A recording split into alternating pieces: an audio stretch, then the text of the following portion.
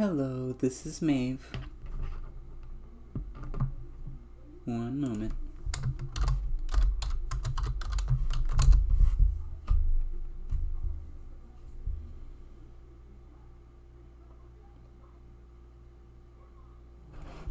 Just gonna draw tonight, or at least I'm gonna try. I'm gonna do my best to draw. Oh, I don't even have my drawing tablet because of difficulties getting online. I'll describe in a moment. I am not as set up as I wanted to be. I'm just waiting for Panda to get here.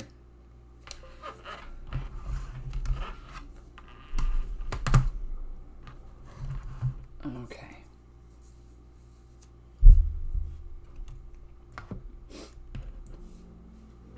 I'm gonna pour myself a cup of water. One sec. Hello.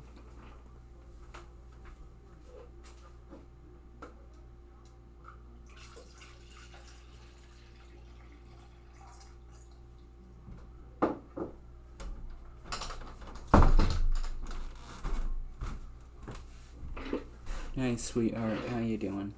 Sorry it took me so long to get on. I slipped and kicked my computer because I have socks on and my floor is wood and I couldn't find what was wrong and I was very worried I'd broken my computer. I pulled the Ethernet cable out, so everything is in fact fine. I'm just stupid and slippery.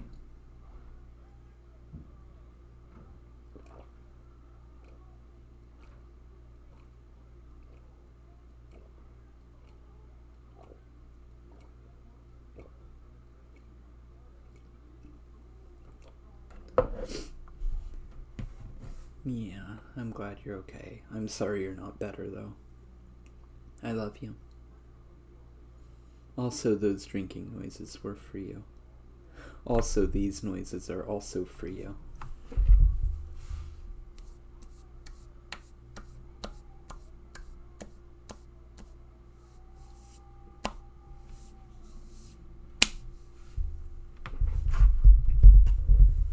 Hello, you came in on me on my shit. How you doing?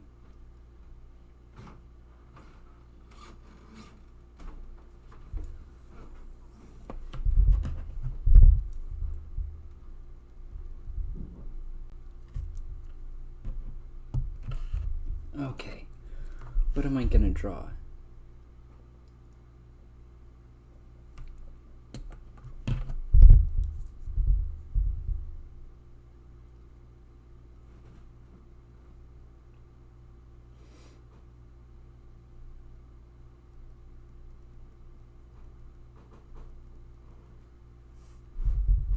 Hello.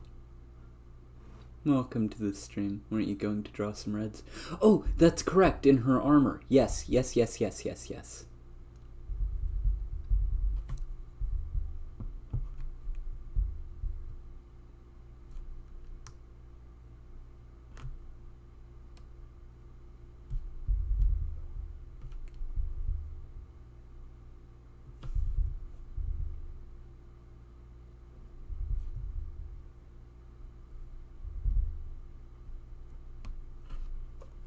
Okay.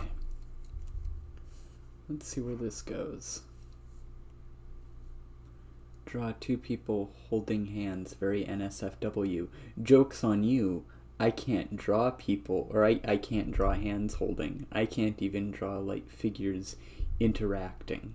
I'm not good at posing. Posing is very hard for Maeve.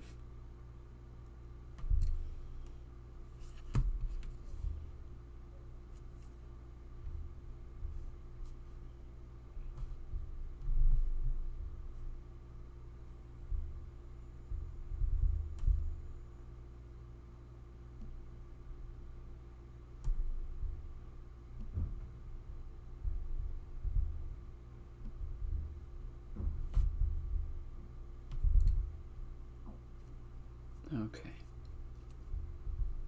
Love you, Panda. Just wanted to let you know that, and also that these panties are writing up something fierce. Ketsi can only draw feet. I'm decent at alien feet, like Red's feet, like these.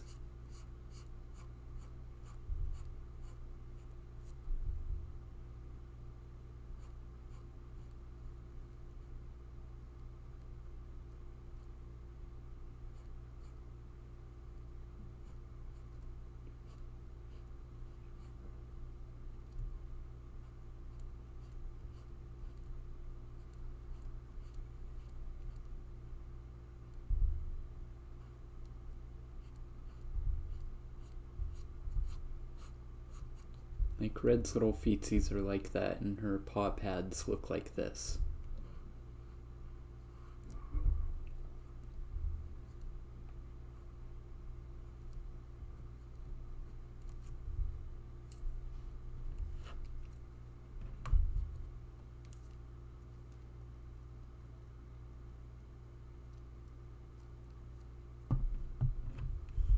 Wait, yes, I'm still wearing just that, and I feel pretty nice.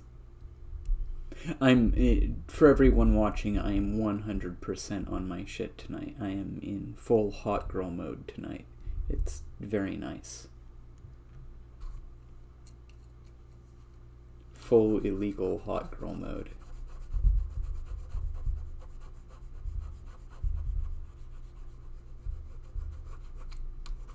I'm drawing in lingerie is what I'm saying.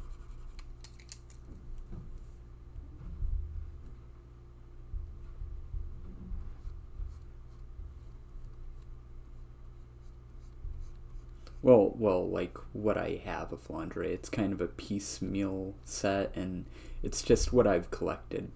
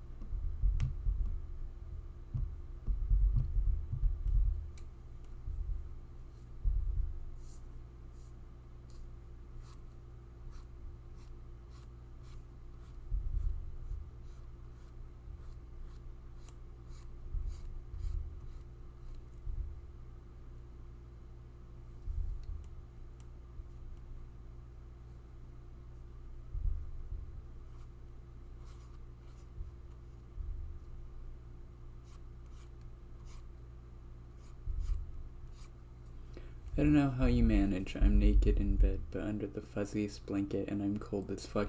Oh, well, that's because I'm in the Pacific Northwest, and we are in the greatest heat wave this part of the world has probably seen in centuries. It's, yeah, it's awful. That's how I manage being dressed like this. It's really tremendously evil. It's only like 81 degrees right now, but it's still just heinous.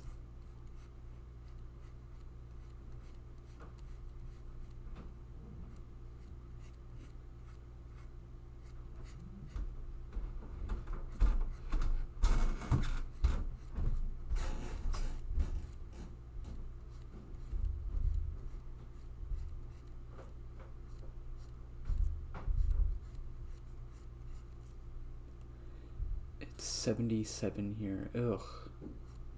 That's also too warm. I like very cold weather. I like very cold weather, and I like to have my room nice and cold. Or nice and warm. Depends. Depends on how I'm feeling.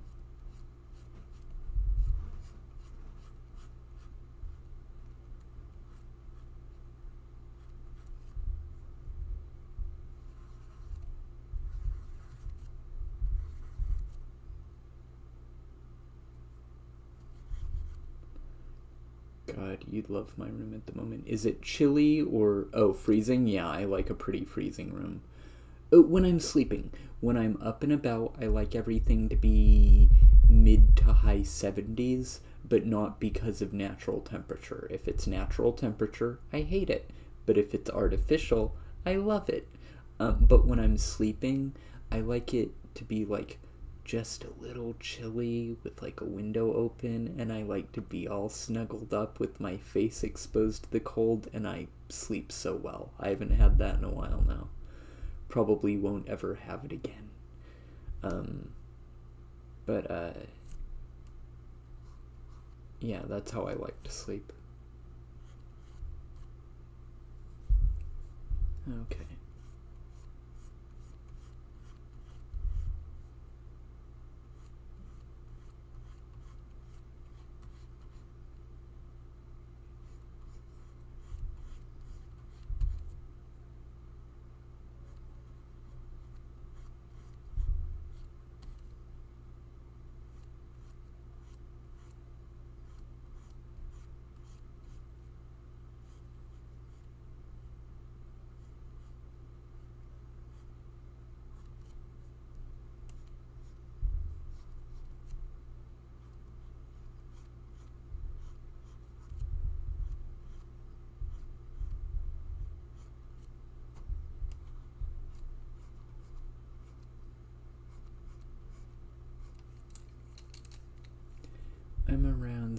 But I'm surrounded by 7 plushies and a blanket. I pretend as you, and the AC is at 68. That is spectacular. That is a perfect environment. That is the exact right environment for a panda. Optimal atmospheric stabilizers.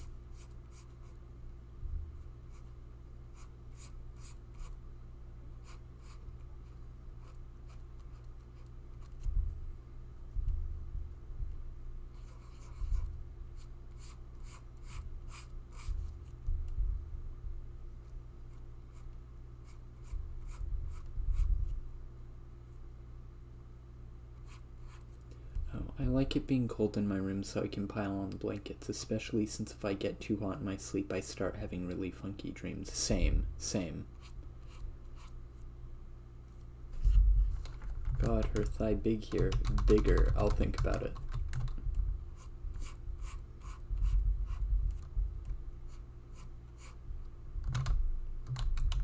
Do I just make the couch match her curves perfectly? Is that what I'm doing here?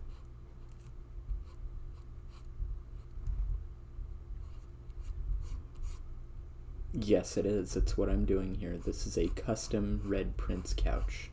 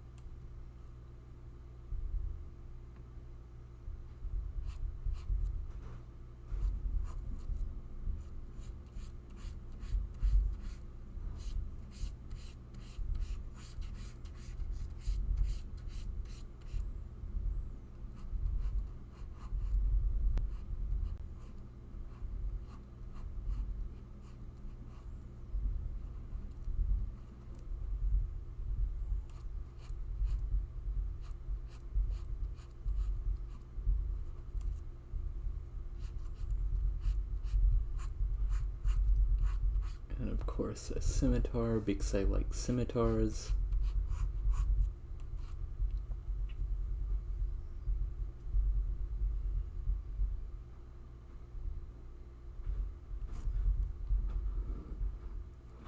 Do a behind shot. Okay.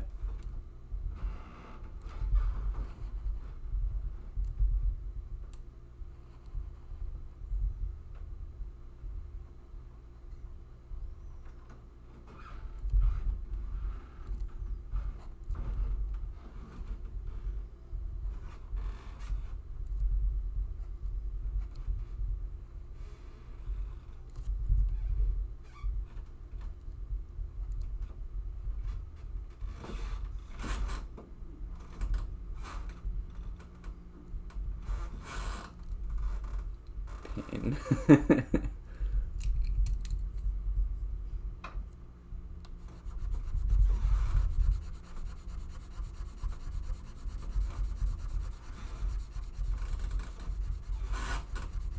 You know what? Maybe this will be a behind shot. Maybe that's what I should be doing. Nah, this will be a front shot.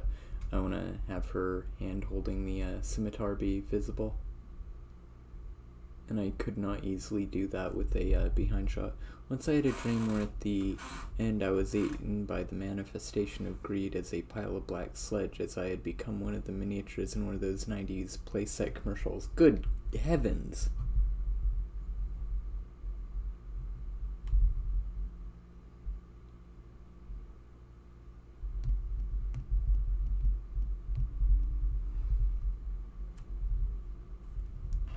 A bit on the nose, honestly. Dreams are sometimes like that. Sometimes dreams like to be really vague and metaphorical and, like, full of themselves. Sometimes dreams are just, like, giving you a flat out message, whether it's true or not. Sometimes they just like to be in your fucking face. 'Cause they're dicks.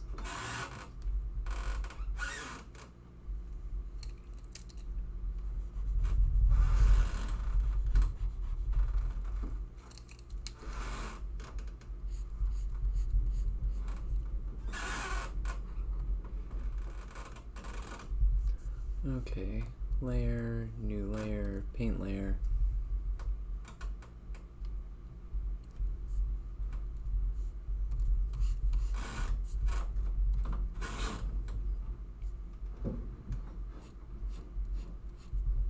Had countless dreams where I woke up too late for work. Oh god, I hate those so fucking much. Those are the absolute worst.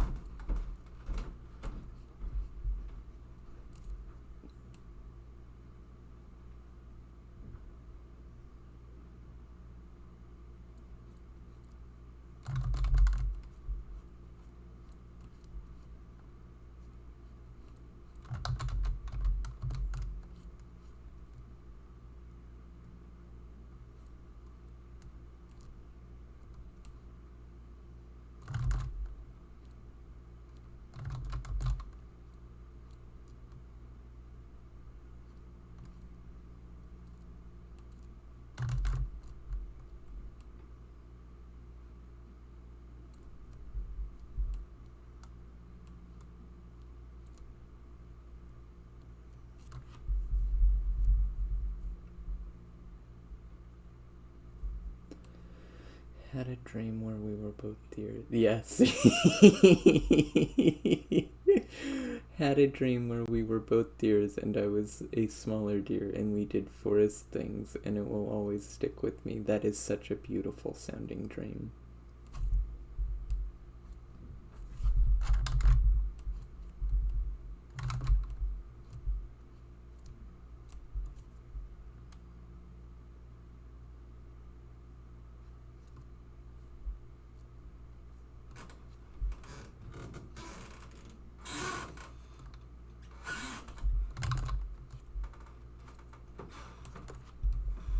I've been on a real red with her hair down kick lately.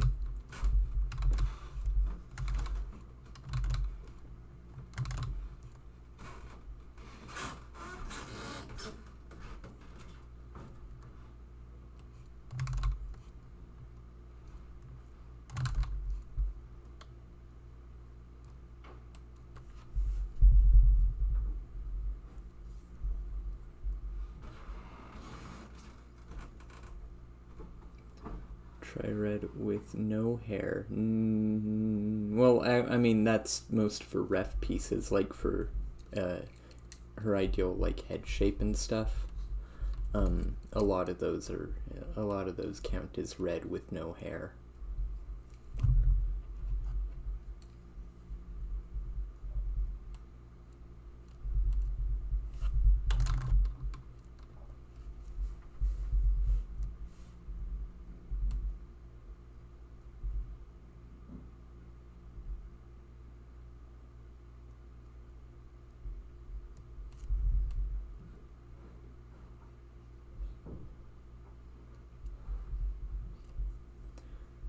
One time I had a dream where I was arguing with someone and I shouted "fuck you" so loud I woke up still saying that. I've had dreams like that. Those suck.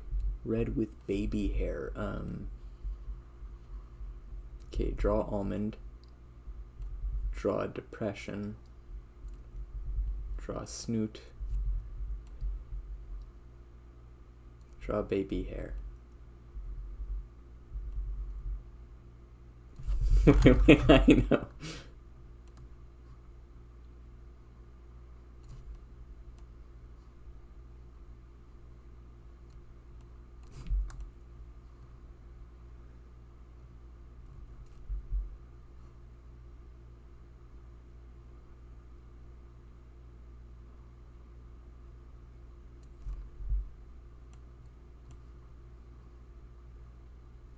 Everybody's so mean to me.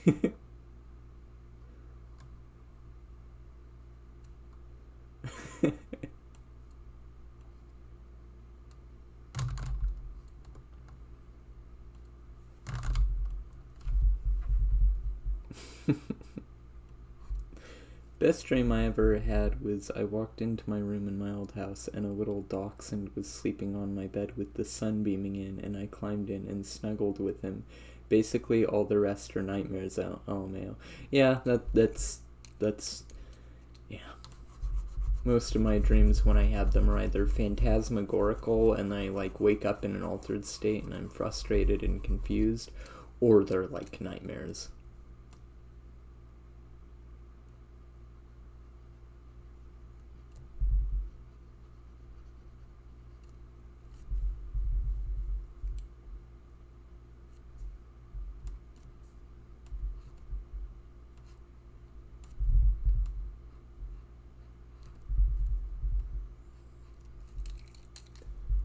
Oh yeah, Red's hair is only fluffy. She is in general only fluffy because well, her hair is standing on end from just horrible stress and anxiety and like fear and shit.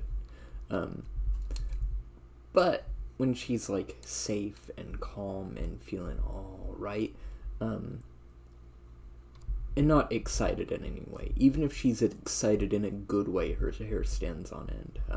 She produces a tremendous amount of electricity. But when she's like relaxed, everything kind of falls flat and she gets real smooth and silky. I had a dream that came true once. What was that?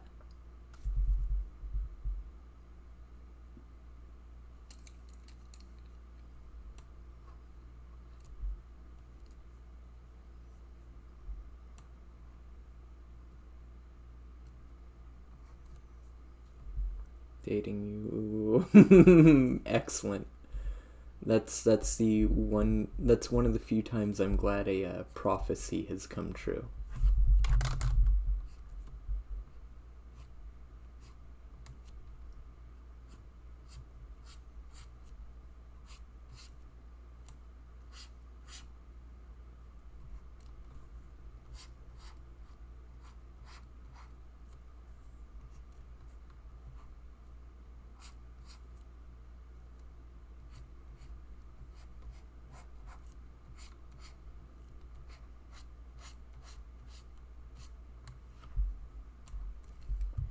Okay, I need to look at a reference real quick.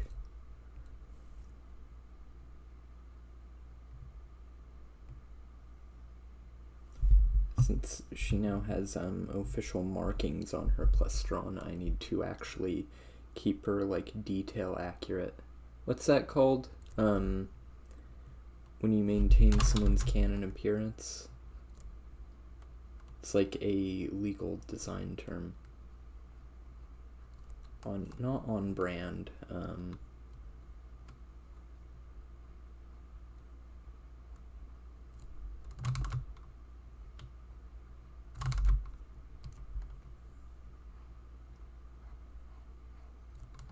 On model, thank you. I need to keep her on model.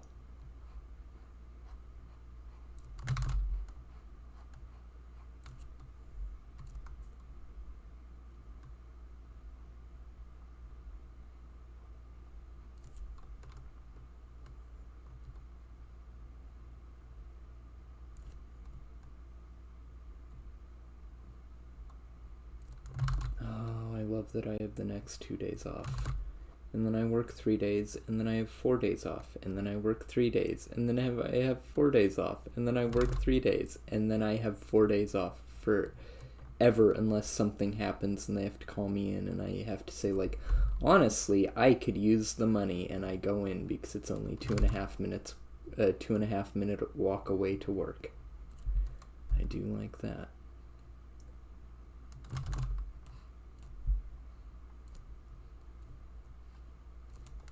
The oldest dream I remember was I was in a room with a bunch of people, and the only exit was a door shaped around an artificial clown's mouth. Everyone left through the door, and I was the only one left. I then heard clown laughter and a lot of screaming. I'm not even scared of clowns. Jesus fucking Christ. That's quite a fucking dream right there. Good God, that's an anxiety dream if ever there was one. That's good. I mean, I don't want to, like, go, oh, that's a good nightmare, but that's a really good nightmare. Thank you for telling me that.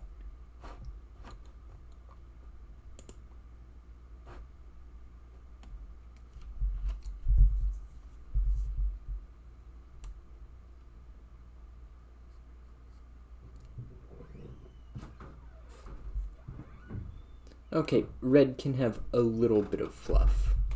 Most of it's, like, smoothed down.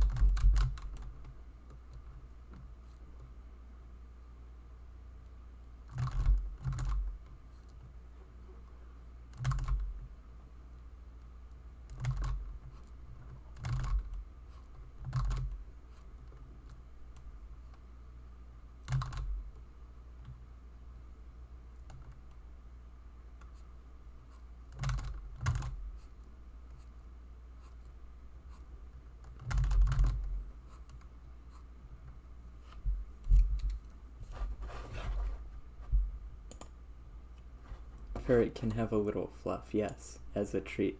I think that one was from around when I was in kindergarten, yeah. A lot of those weirdly, like, insightful, profound nightmares tend to come from around that time, yeah. I had one dream that, like, is very telling of how I feel about things in life in general. And it doesn't feel like a dream, but I can't think of any real circumstance under which that might possibly have been a real thing, so it must have been a dream.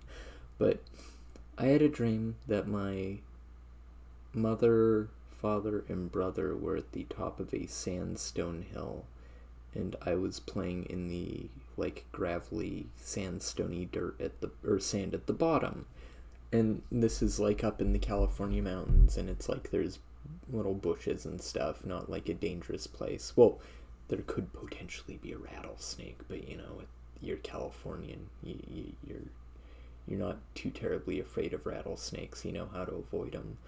But the dream is that I'm trying to climb up the sandstone hill, but my kindergartner brain understood how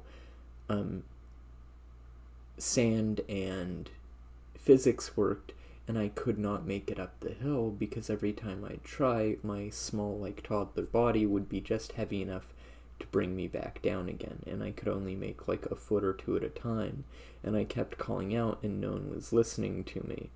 And I'm almost certain that actually happened, and maybe the denial that it happened was because, that's a shitty thing for a parent to do to a kid. Be up at the top of a hill while your kid can't climb up and she's screaming. But also that's, like, maybe a little too telling a dream. It must have been a dream. Like, that is so perfectly reflective of how, like, my brain works. So it must have been a dream.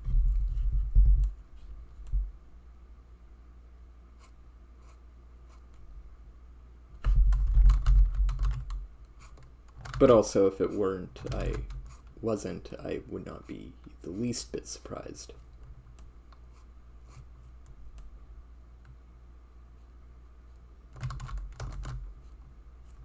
Aw. Yeah, it wasn't a fun dream, and I think about it a lot.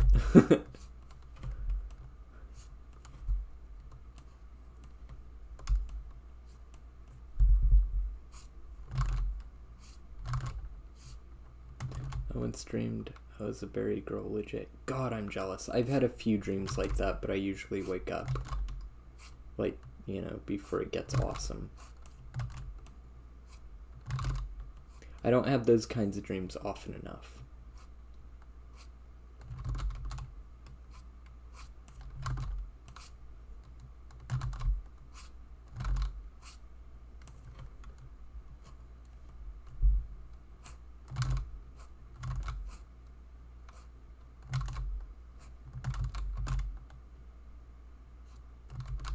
I once dreamt I was really old and regretting the things I didn't do in my past. I have dreams like that, yeah. Just sometimes the brain do be like that. I'm just trying right now to live a life I won't regret, and that means one of as much relaxation and not wasting it on pointless work as possible. That will never, ever bring me happiness. Well, it was someone talking about it, but I think it was meant to be me. Yeah. Sometimes, you know.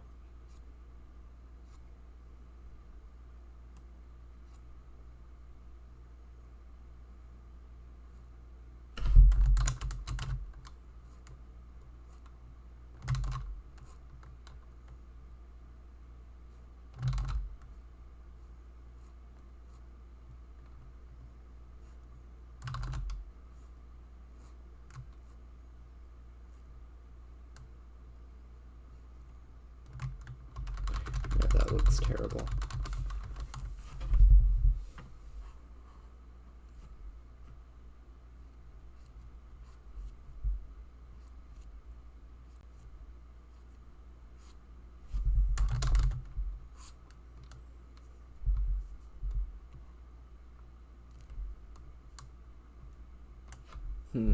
I like this red.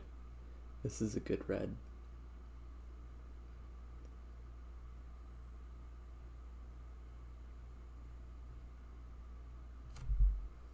Oh yeah.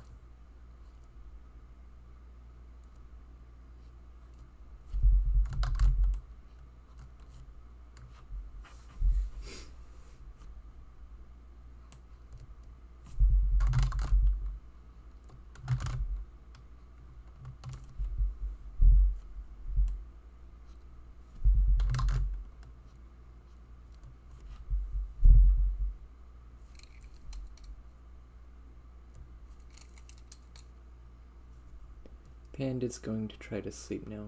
I'm actually really tired. Love you, Maeve. I love you too, Julian. I hope you sleep well, okay? I'll be on for a little while.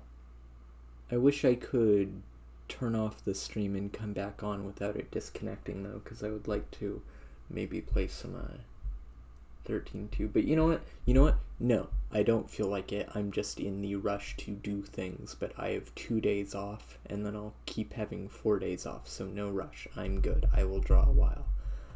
I have plenty of time, and my job is going to afford me plenty of free time in general, so I'm going to be happy. I love you very much, and I hope you sleep really well, and I will see you tomorrow, and I hope you enjoy those videos.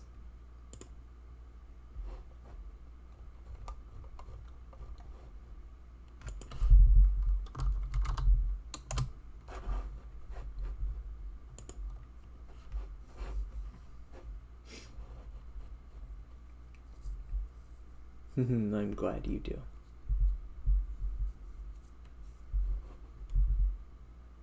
Ginger says goodnight as well. Thank you, Ginger.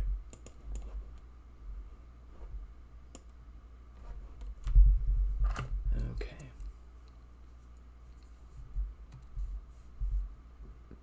Night night, Pando.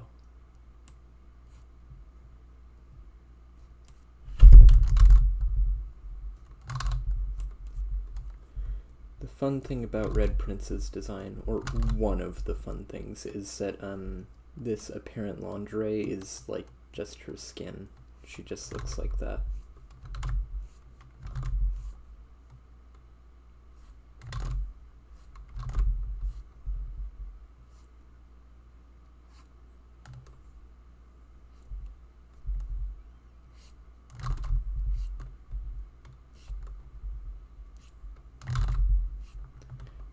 the parts of her that aren't covered in like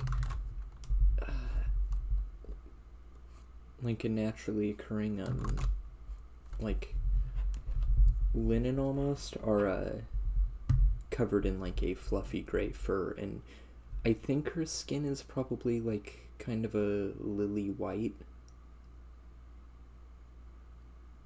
Yeah, the only thing with like any color to her are her insides, her eyes, and her gray fur.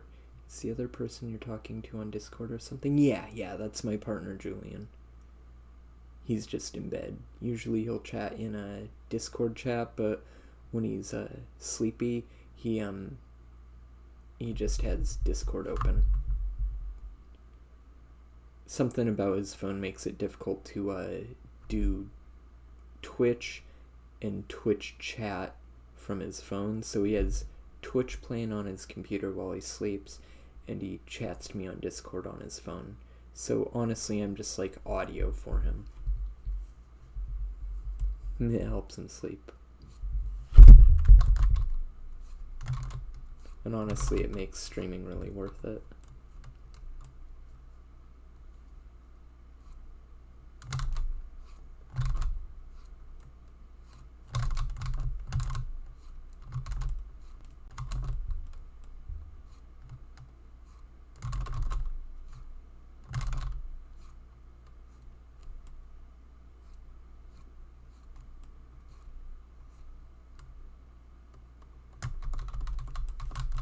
Nope, that's not right.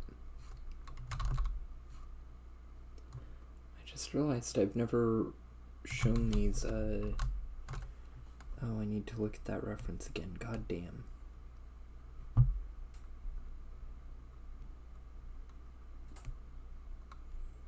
What do these look like?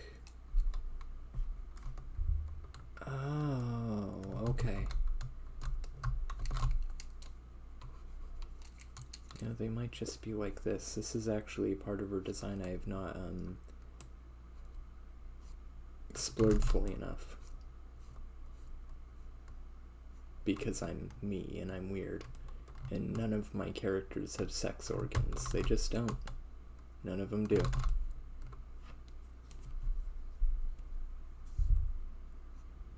Well, I mean, I'm sure some of them do, but most of them don't. If it wouldn't make sense for them, or if it wouldn't not make sense for them not to, then they don't.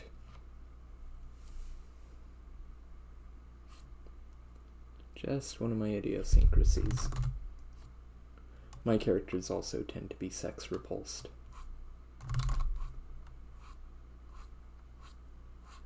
They just think it's kind of weird and icky. Not sex negativity, mind you. They totally, like, understand it, and they don't think it's a moral ill or anything, but they just don't personally find it attractive. They find it to be Geiger-esque.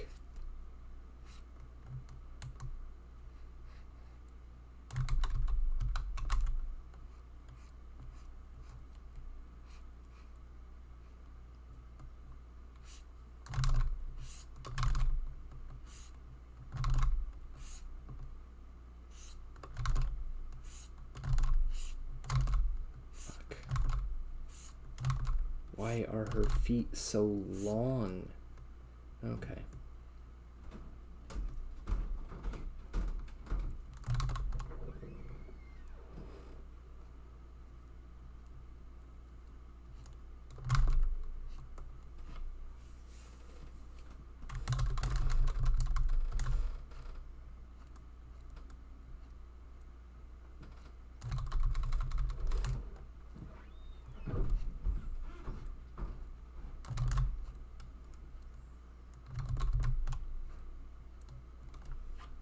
That's good enough, honestly.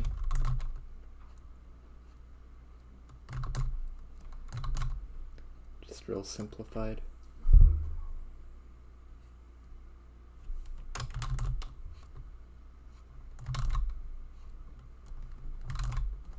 Okay.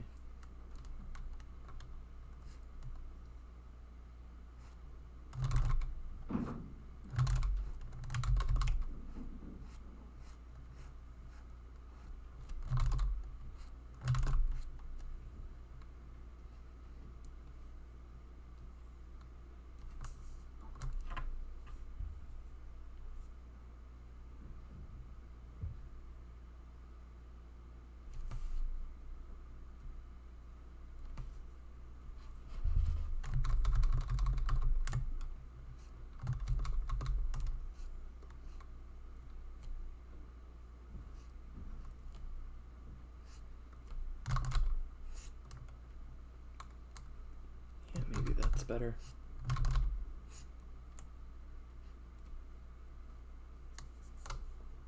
Okay, let me see something. New paint. Okay, hip bone, knee.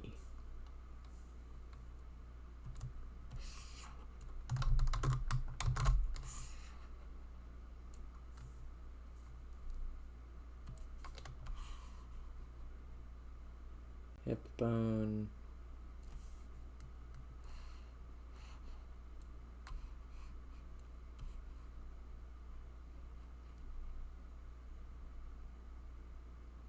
You know what? No, the hip bone would be like down here because it's laying hard flat against a surface. And then knee, so it would be much more like that.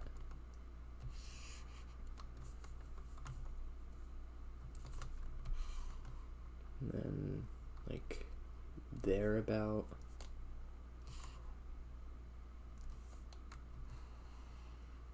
That's about right. That could account for some foreshortening. I did a decent job. Cool. Just making sure I got the thighs the right length.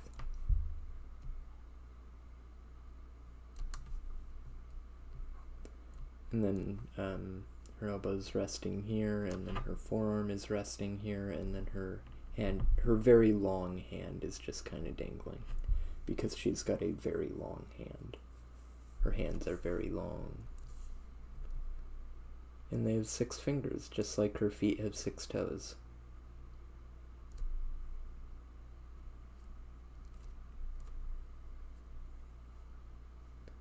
Yeah, forget the thigh highs that are also just part of her.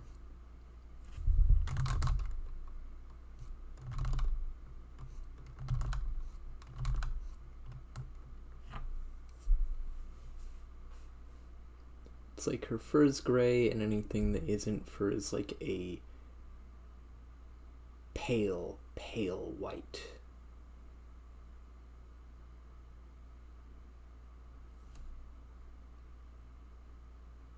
Like whiter than bleached bone. Actively glow in the dark because she is that bright, but mostly her hair glows in the dark. Like that's probably the brightest part of her. She's just a glowy girl.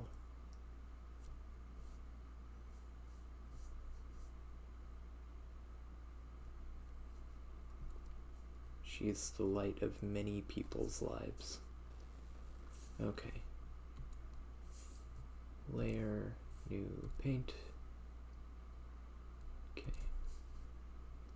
This is the shoulder. Elbow.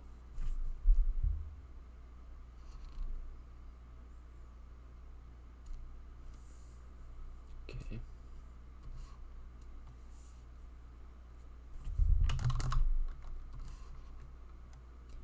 Sorry, this is all tests to make sure I'm doing things correctly. That I'm getting the proportions right on both sides. Okay.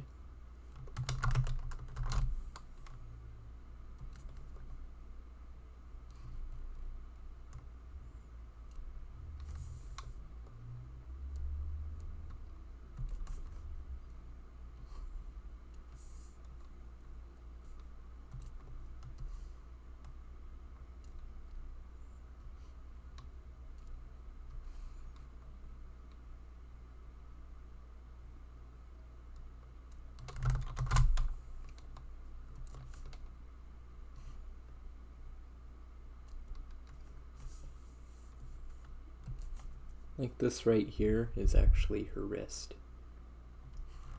She's a very, very funky, funky ferret.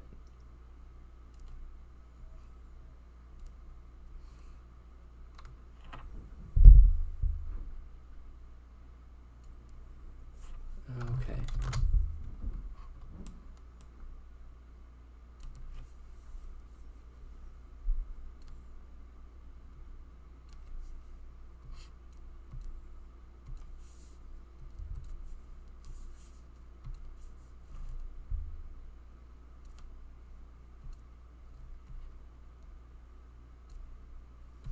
just so I see for sure where the wrist is, because the hip was kind of blocking it.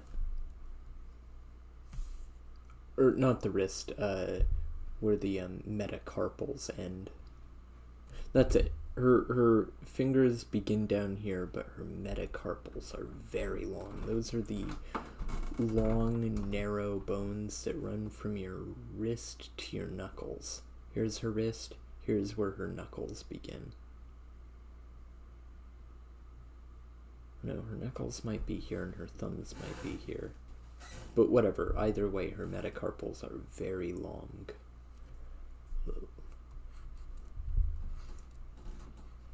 Oops. Long. Red's species is called kin. K-I-N. And their whole thing is that they don't really have a strong universal design. Every single kin looks unique. They come in two, not sexes, because they don't have sexes. They're not male or female. They're immortal sparks given form against their will, and her whole story is about things like granting life against consent and antinatalism and utilitarianism, because it's a weird science fiction and I'm weird. But every kin is given a form, and what it is the form they're given is by design, and that produces something called a dragon. Red Prince is a dragon, and every dragon has a function except for Red. Red was not designed, she was born by mistake. But as a sort of counter mechanism or answer to a dragon, a princess is born at the same time. No, they're called dragons and princesses, but those are names given to them by their human creators to kind of explain the dichotomy there, and also for other lore reasons I won't go into too much right now. But basically, every dragon has a very unique shape that kind of perfectly represents what purpose they serve. They might look more or less humanoid. Some can look like automobiles, or a bed, or a drill, or a cannon, or, maybe an actual classical dragon. Princesses tend to look more humanoid for lore reasons. They tend to look like conventional female humans whose bodies grow a gown like living things might grow scales or fur or feathers. Now the thing is, Red Prince was born on accident, and she is an even mix of dragon and princess. She's both. So she is like kind of beastly and a little more animal-like than other princesses, but she's still like, a princess.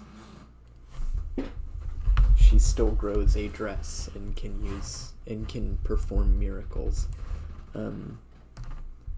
Sorry, you can probably hear creaking in the floor from upstairs. But yeah, her species, to answer that, is she doesn't have a species because she's not an organic, living, evolved thing. She is kin, and she is unique, and she's special, and many people hate and many people love her. She's also one of the very few kin who uses human pronouns. Most use A, R, L, which are, let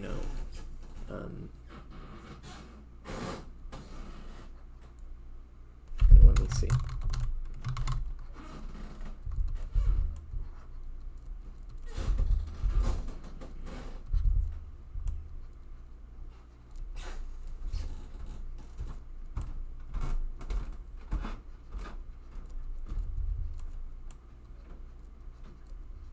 Well, I love her. Thank you so much. She probably loves you too.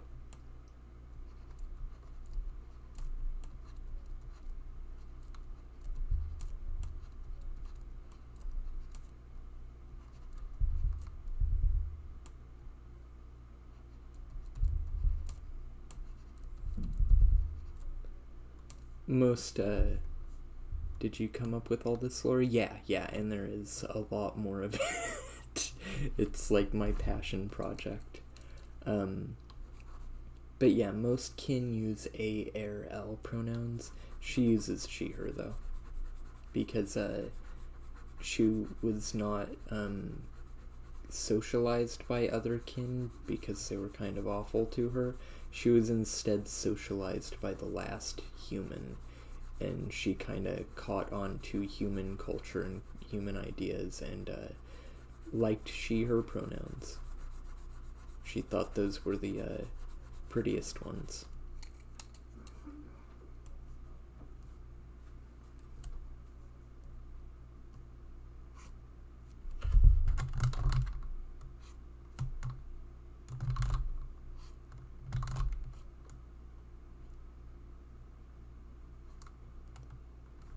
She also has two partners.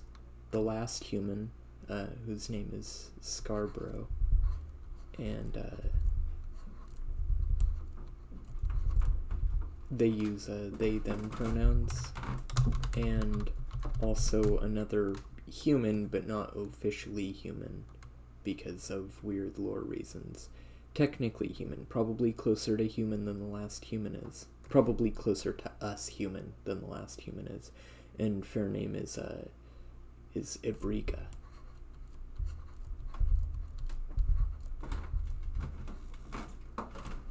Oh, I spelled that wrong. It's 2 I's, not 2 G's.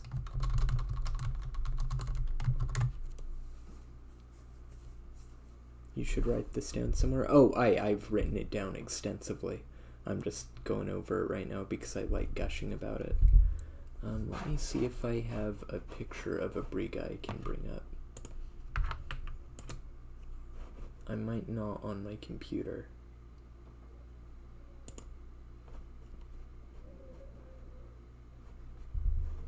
Let me see.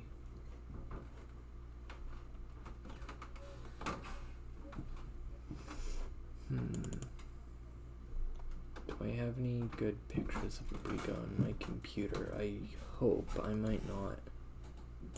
Well, here's a good picture of Scarborough. The last human. Just a weird fish space person. That's a pencil on paper and a photograph instead of a scan, which is why it's so dark and hard to make out.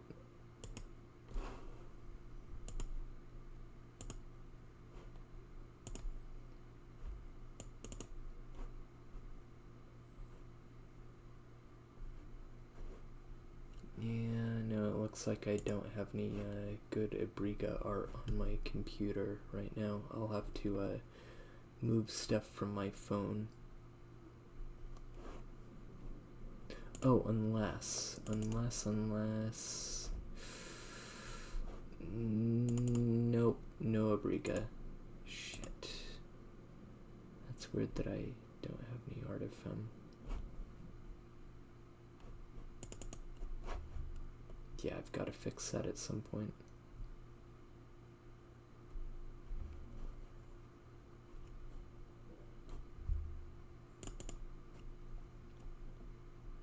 Weird. I was almost certain I did. But oh well.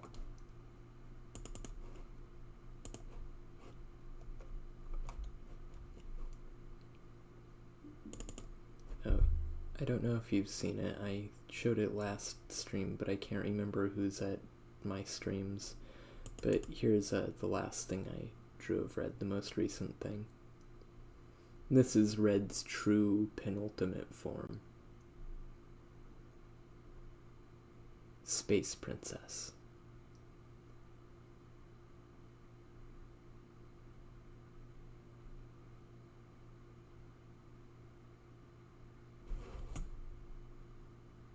Thank you. There's a lot of fine detail I'm very proud of.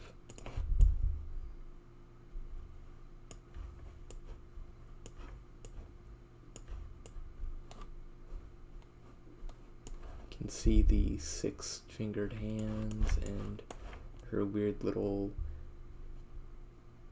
fingery 6-toed feet. Just something I'm still very proud of. I usually don't like my art after I've, like, drawn it. I usually go, oh, I hate that now. I'm critical of it. But I'm still very proud of this. I'm still very happy with how it turned out.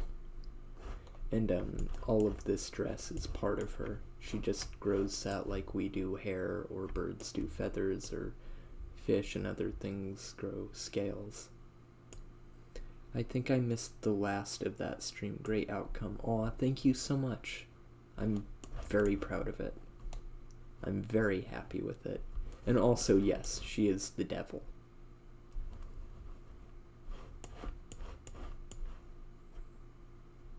If the little red crowny thing and the fact that her name is Red Prince don't give that away. But she is good. She is a very sweet girl, and she fights for the best for everyone.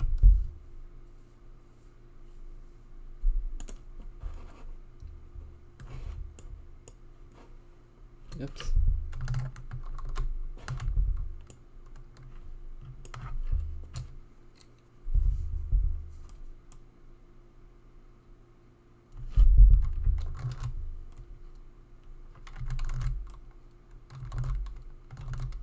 Oh, my drawing tablet was at a slant.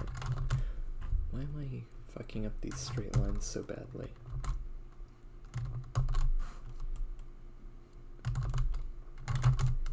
Come on, hand, you can do this.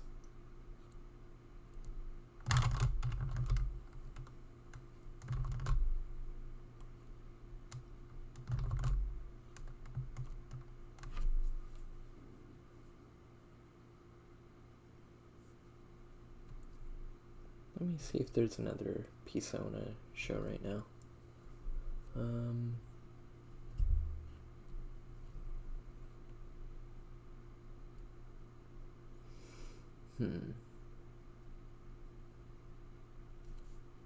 Oh, this is a very small red prince.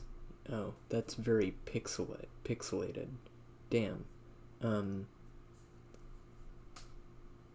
Layer, new layer, paint layer.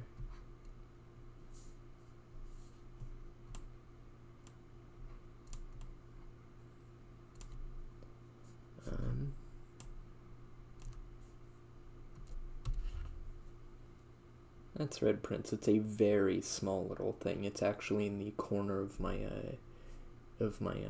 computer's wallpaper. She wears kicks.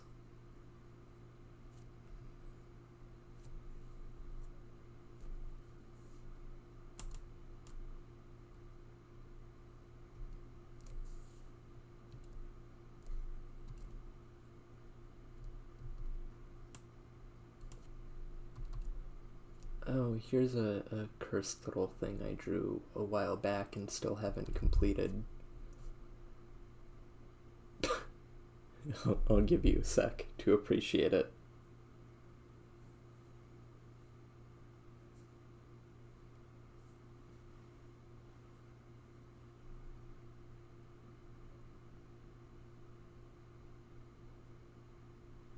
I'm still quite happy with how this turned out. It is remarkably cursed.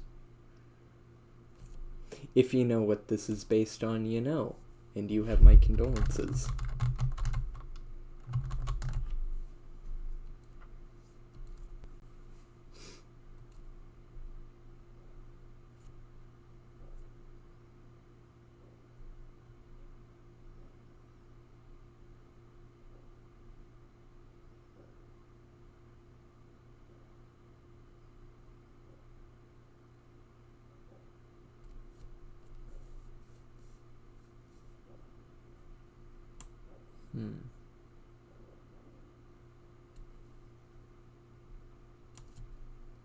Oh, here's one I'm still happy with. This was also graphite on paper.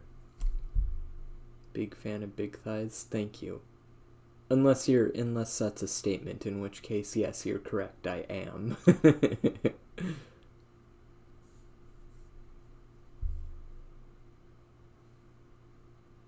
Thighs good. They are. They're very good. I have a hard time deciding on her canon thigh size. This is her ref sheet I've been working on.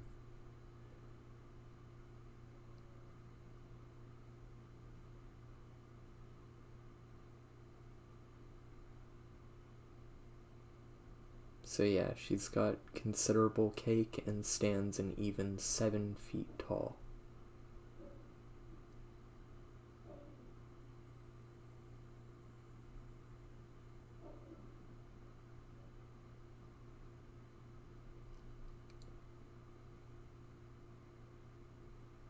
She's a big girl. A very big girl. She does not weigh as much as you would think, but she's a big girl.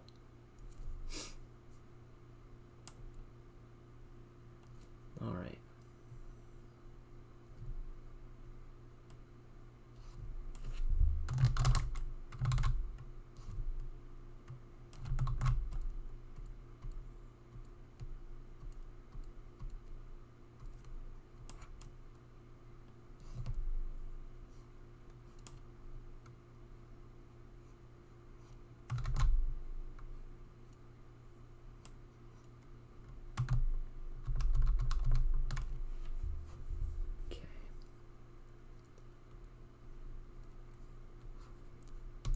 Just so I can draw the lines better. Shit.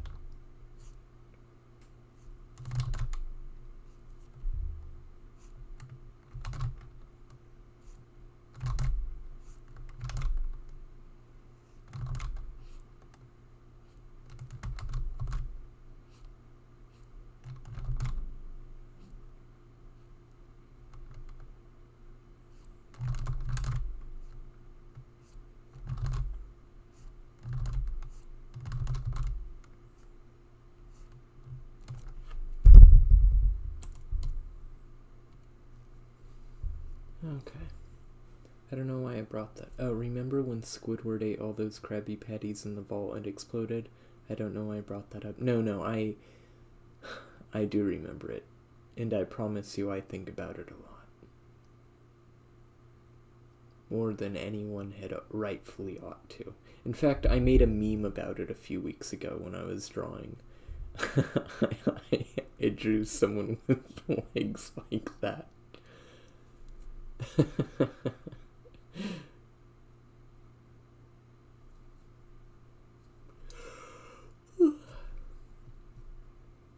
Haha, you want this squissy? How dare you?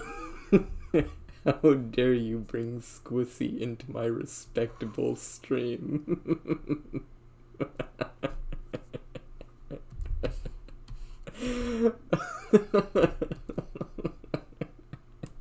I'm sorry, I need a sec. I need a moment. Oh, I'm ended. My life is over.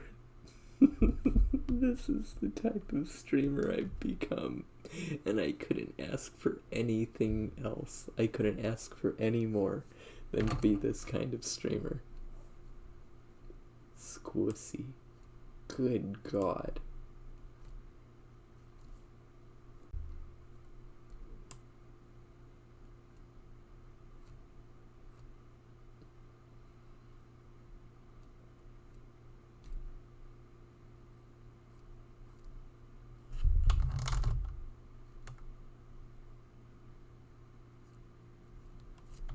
No, I can do better than this.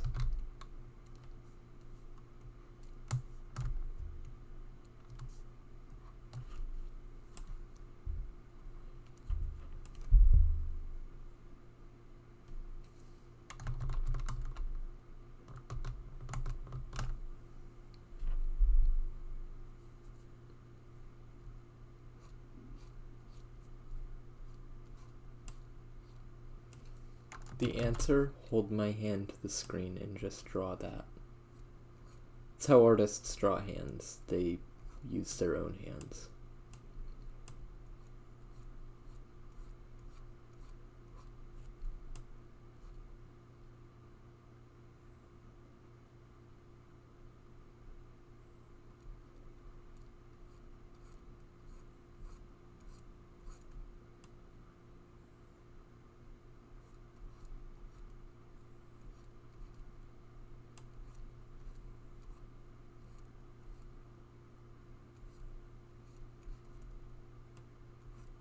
A handy reference? Mm-hmm. No better hand reference than your own hand. The only part I don't have is a sixth thumb, which she does have, so that poses a bit of a challenge. Because I've just got to kind of improvise that, sadly.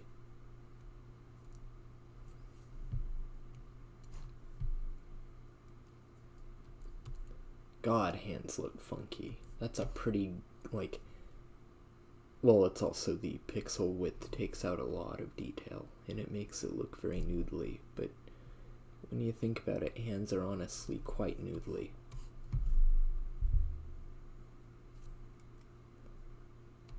Okay.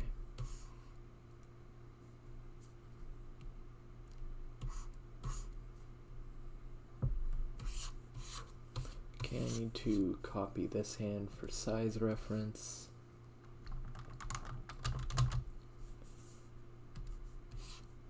Oops.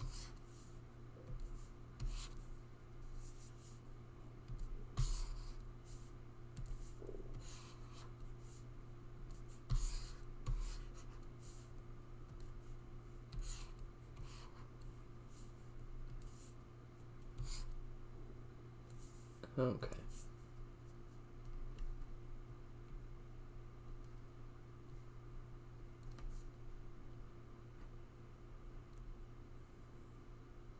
Once again, I'm using my own hand as reference. Sorry for the key noises, I'm using hotkeys.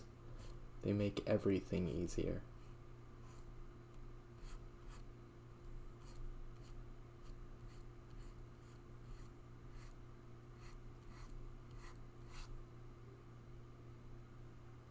No, that's not right.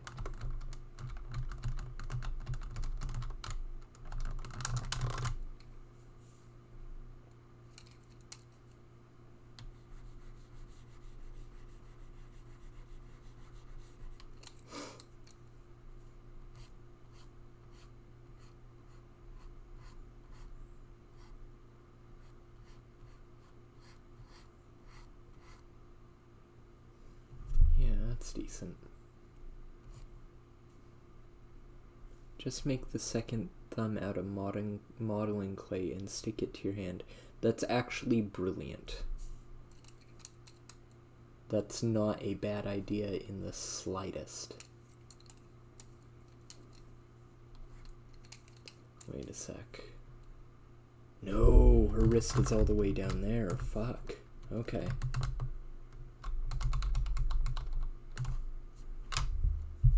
Okay. Having another thumb on the other hand would work in real life. Yeah. Actually, this is just incidental. It's unrelated to her having two thumbs, but some tests were done with, oh, on the other side would roll, yeah. Sorry, I somehow read out loud what you actually wrote, but my brain knew what you were saying somehow. Somehow I knew what you meant. But tests were run with a prosthetic sixth digit, an extra thumb on the opposite side, and what they did in the test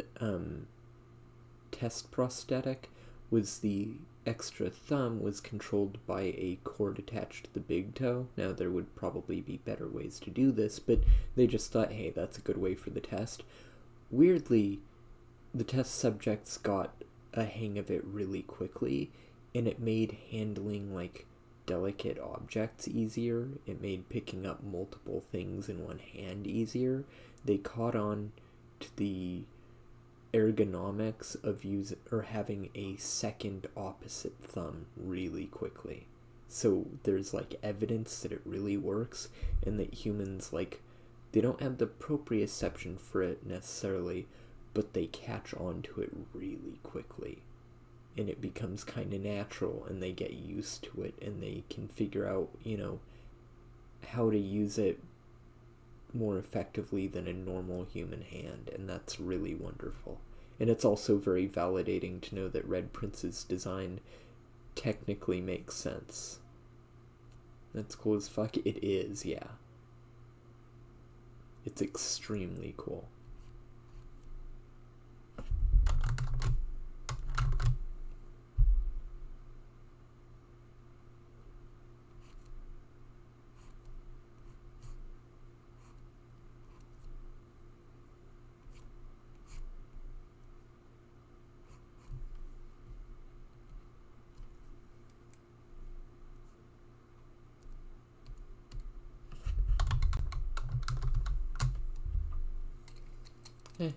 It's messy, but it will do.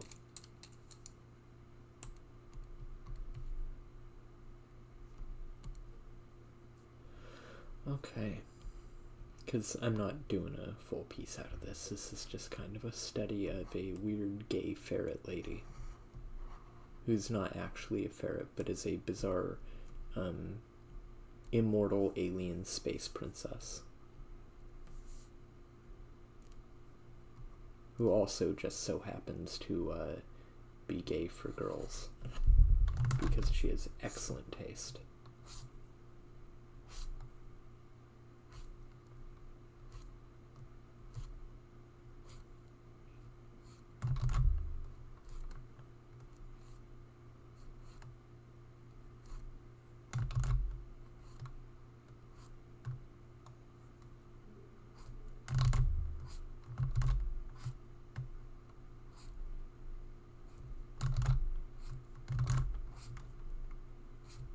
Now, one of Red's partners, Scarborough, isn't a girl, but you know, sometimes love supersedes all that kind of stuff. We know what's more important. Girls? Exactly, I agree.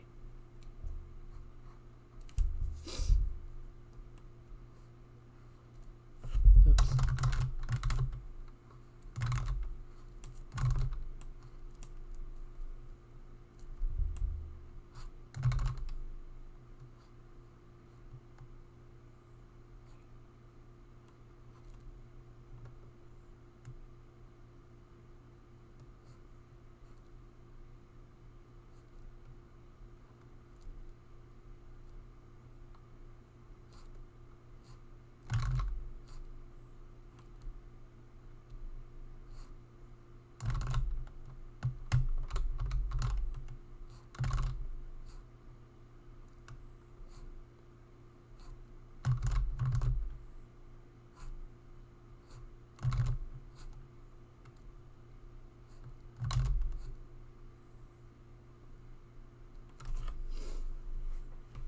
A little tail ribbon. She likes ribbons. She likes bows and ribbons a lot. Red Prince's favorite color is pink.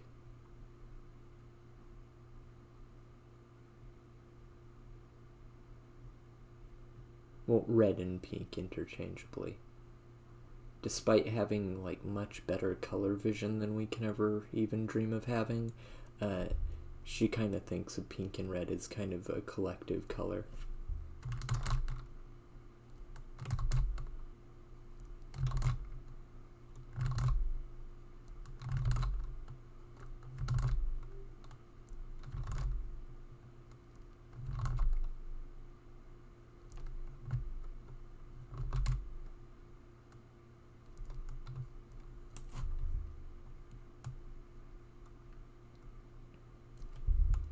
Oh, her eyes normally look like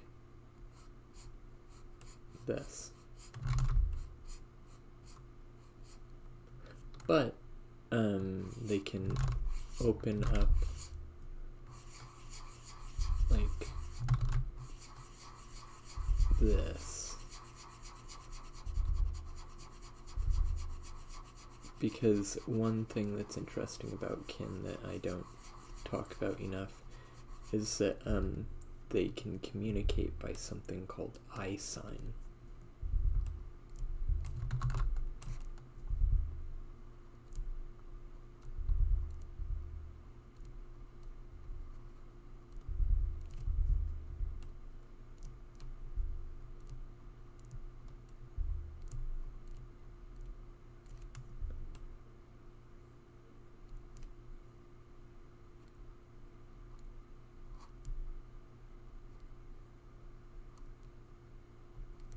They have a swirling constellation of, they have a beautiful whirling, swirling constellation in their eyes that relays data really, really quickly, so they can communicate with one another, faster than anything like conventional computing can get even close to. They can just relay enormous amounts of information virtually instantly. But that assumes that they're the kin communicating don't hate each other too much to make eye contact. There aren't many kin who like Red enough to, utilize that with her. She's kind of a pariah. Well, among her kind. Humans like her plenty, usually.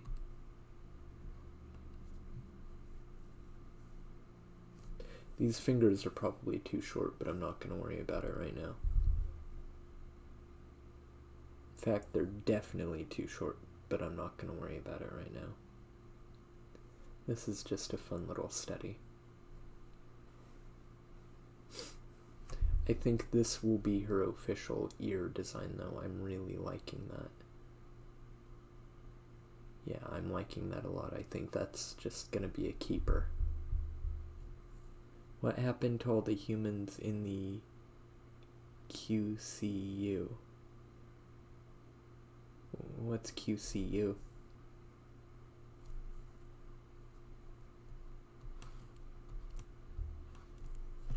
That's the worst C I've ever written.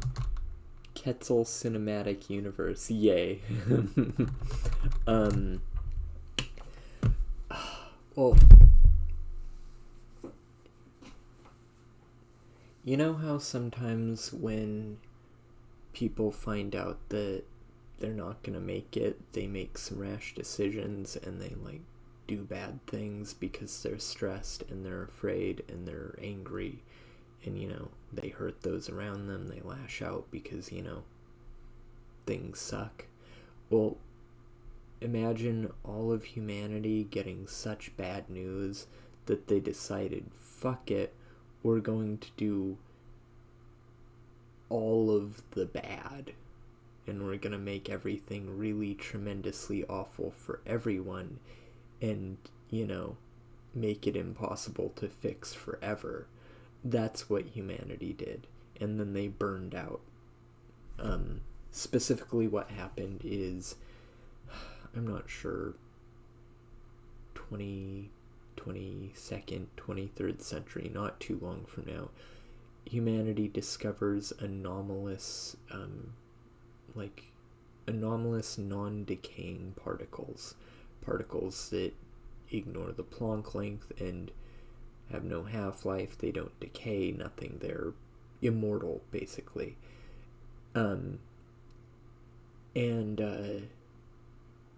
They fuck with these particles and they mistakenly create life, and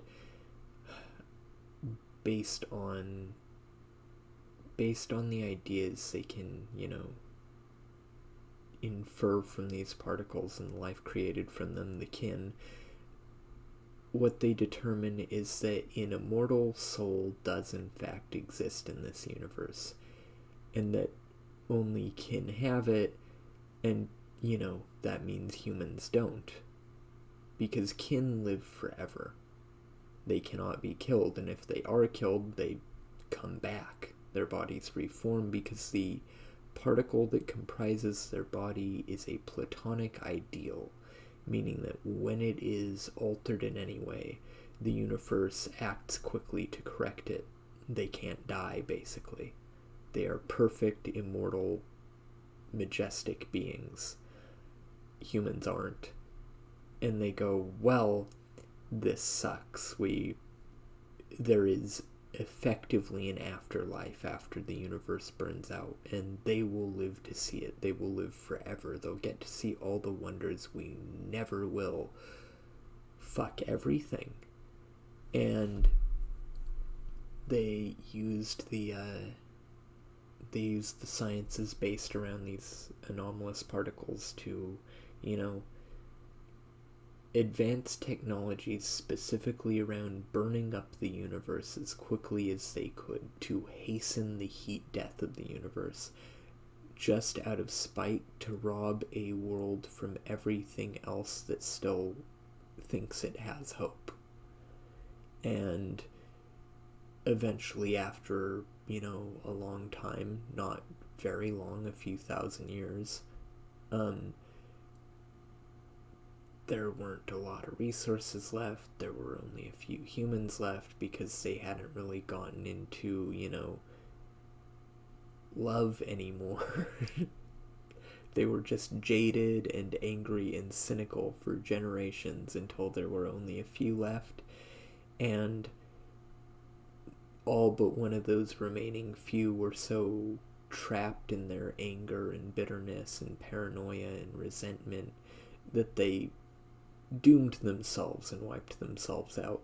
And the only human remaining was the one who had, like, a little bit of hope left and didn't hate living things. And that's Scarborough. Now, of course, that's not to say all humans were bad. Of course they weren't. But enough were bad, and the ones who were bad were in charge of making important decisions, and, you know, the good ones got drowned out and eventually wiped out. And that's the history of humanity in Red's world. That said, Red's world is, it takes place in our future. A few thousand years ago, near the end of a nightmarishly hastened heat death, meaning there is not much matter left in the universe. Most of it's turned into alpha radiation, and it's dispersed thinly so that it can never recombine into anything more complex. And there's not a whole lot of universe left. And Red Prince is born at the end of our dying universe. And all she's trying to do is, since she was born alone, she's just trying to find somebody to spend the last of the universe with and see what comes after. And that's what her journey is trying to find somebody to see what comes after with. Because every other kin comes in a pair except her. So she is alone. And since, you know, all the other kin are good, they're in a pair, they're fine, and humans don't last very long, she's struggling to find somebody to spend eternity with. And spending eternity alone is not great.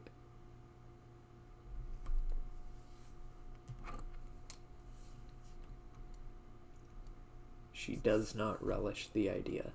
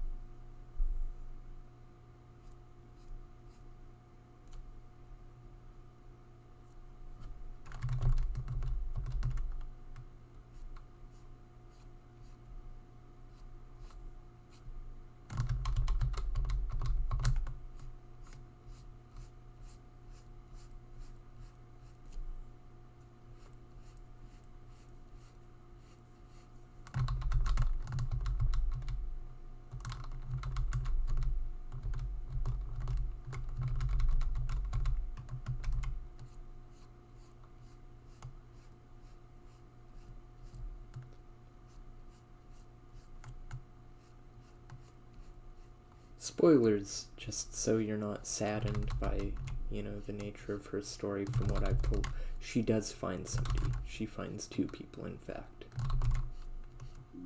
And she finds them through controverting the nature of the universe, which is poisoned by a living narrative, and killing its author so that she can, you know, make some rules for herself.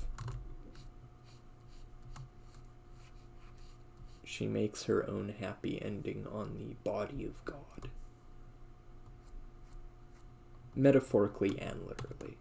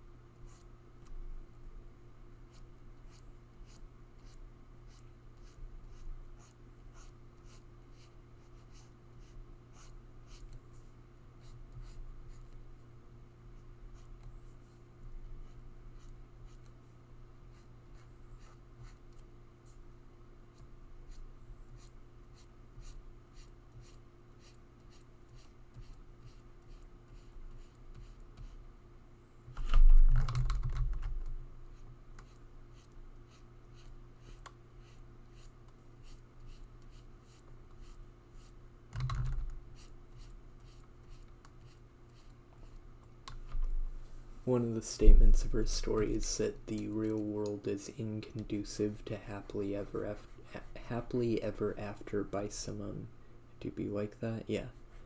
The real universe is inconducive to happily ever after by some very, very simple laws of nature.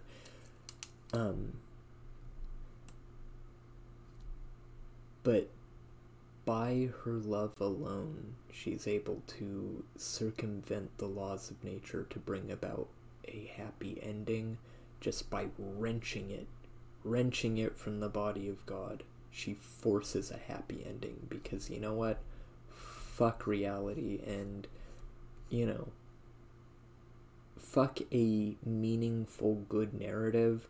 It's her happy ending and she will have it whether anybody likes it or not.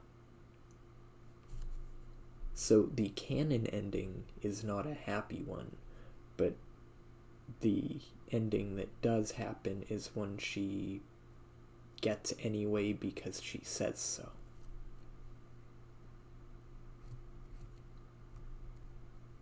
And yeah, I know that's a little experimental. To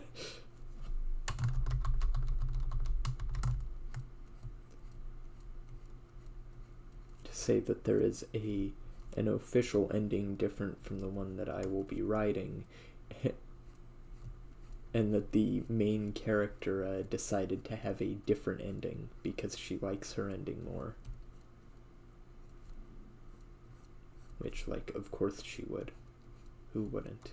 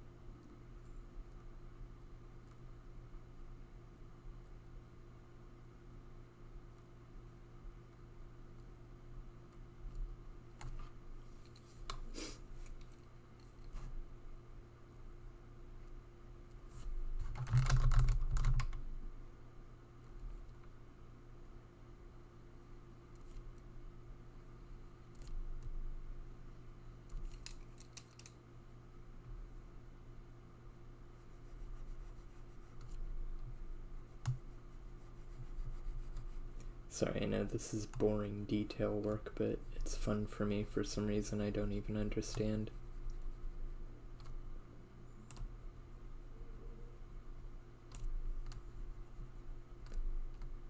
I might not be a background artist, but I do like making detailed, just designs.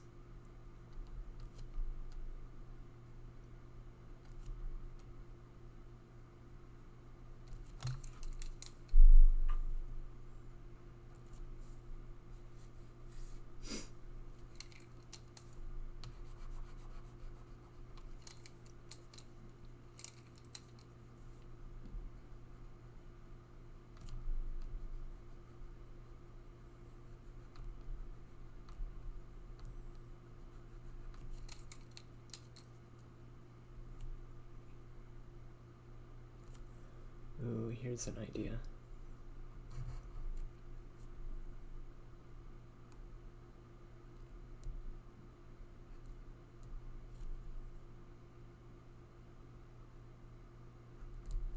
Nope.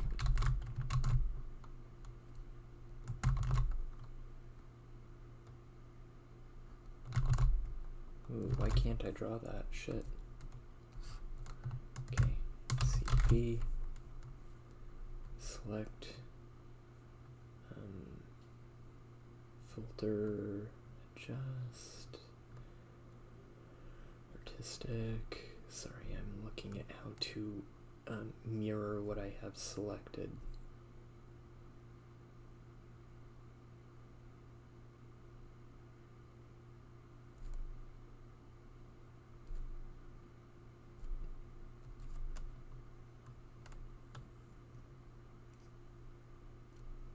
Mirror horizontal. Excellent. That was easier than I thought it would be.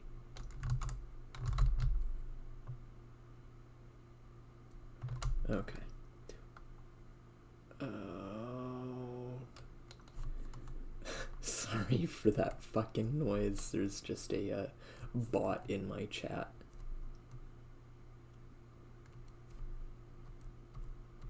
That's not what I meant to do, but oh well, I don't really care. It's fine.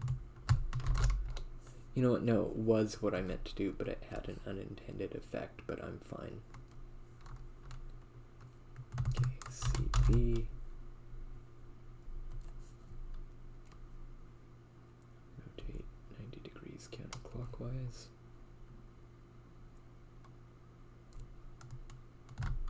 V. Rotate 90 degrees counterclockwise.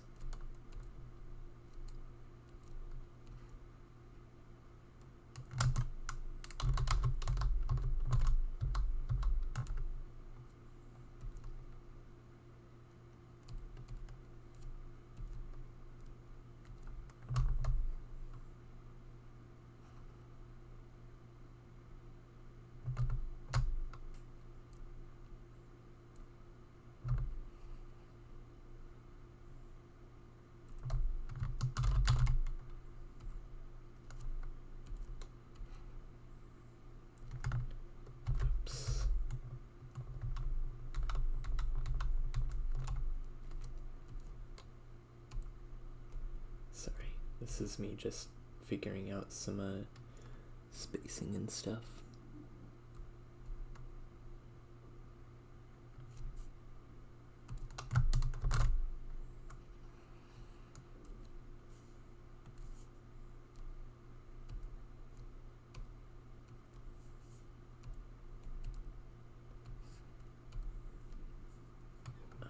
Pardon? Oh, that's why it wasn't working. Nope, that's not what I meant to do.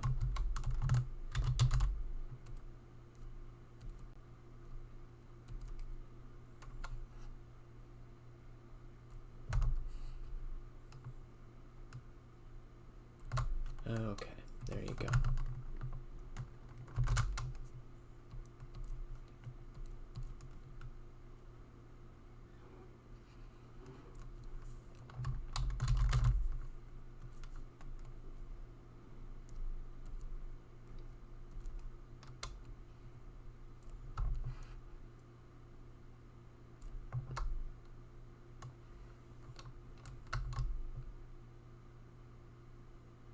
Good. Okay.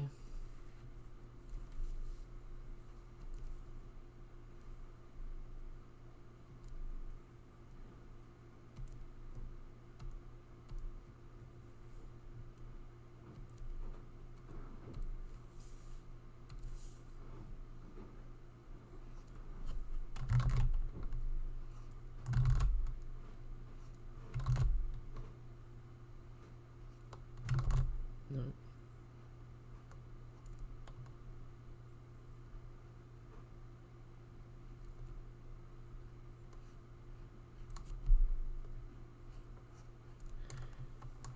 Okay, I like that very much. Fine.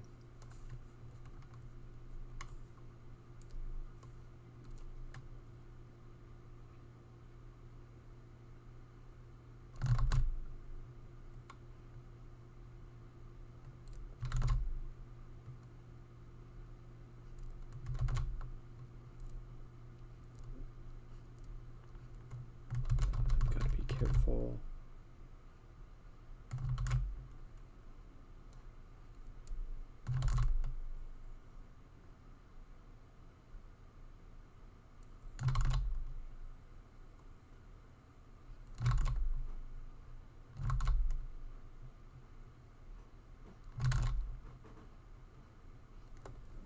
That's good enough.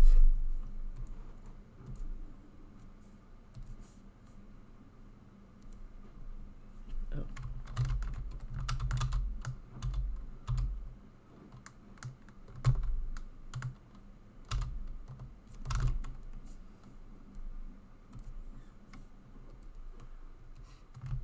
Oh, that's not what I meant to do.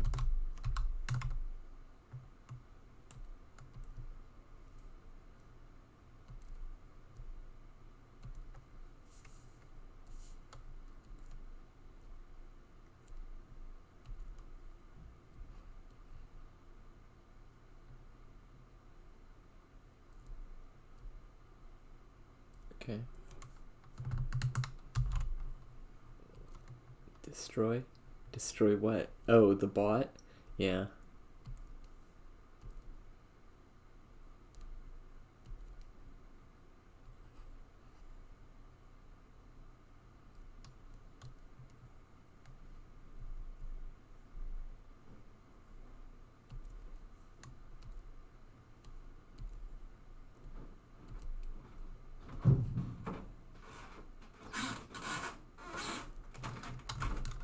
Okay.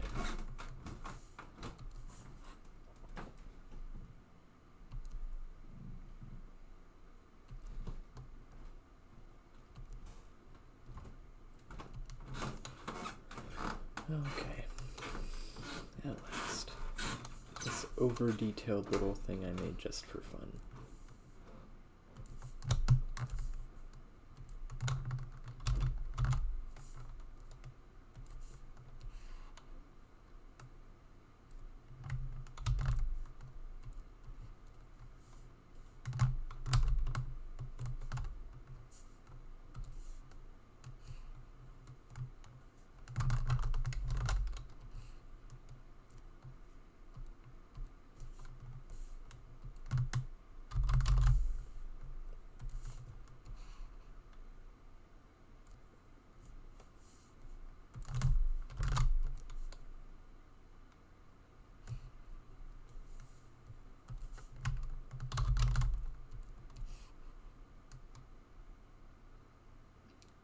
The lounge. Mm-hmm.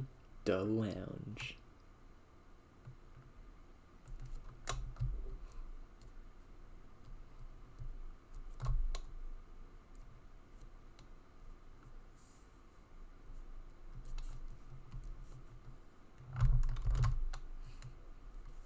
I really like lounges.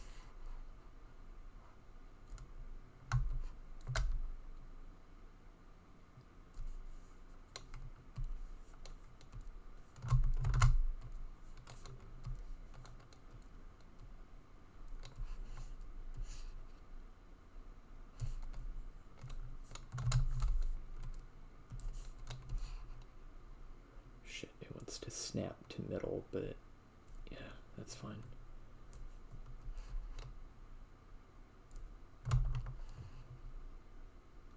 No, yeah, that's fine. Cool. Excellent.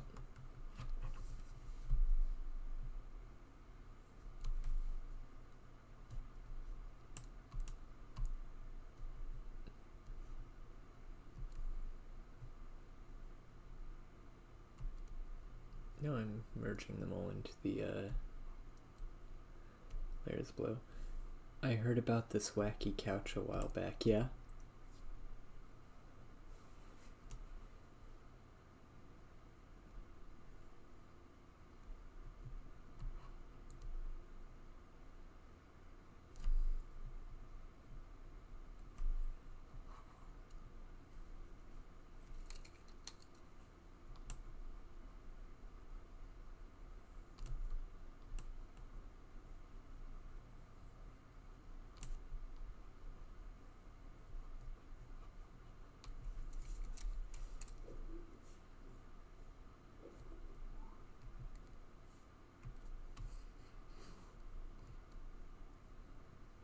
called a tete-a-tete, if I'm pronouncing that correctly. I'm very curious.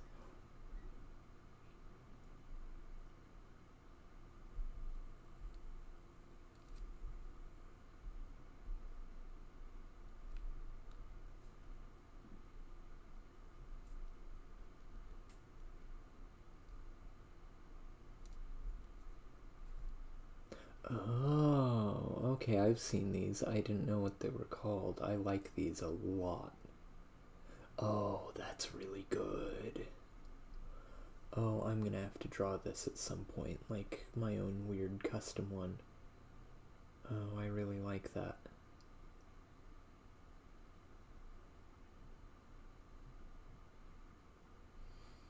Oh, some of these are really gorgeous.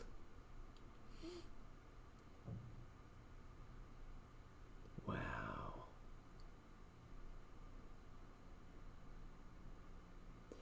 Oh, for those interested, what it is it's a lounge or chair, but it's two of them fused together at the arm guard, but they face different directions so that the people sitting in the connected chairs are like facing generally at each other. It's like for sitting together and conversing, and it's the same chair, and that's just really romantic, and I really like that. That's really good. That's very, very good. I really like that kind of stuff. Oops, sorry. That's a loud sound, I'm sure.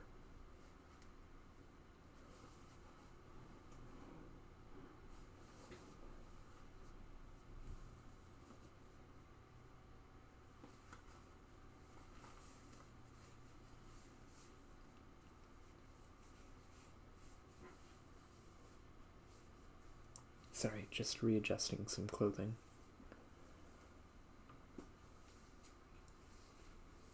Okay.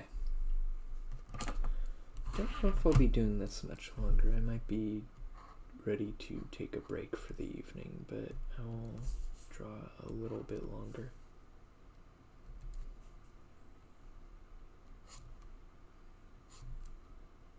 Forgot the actual name, so I searched Gossip Couch at first because that's what someone else called them. Ooh, that's a good name for them. It's not what I would have thought, but that works. That's pretty intuitive.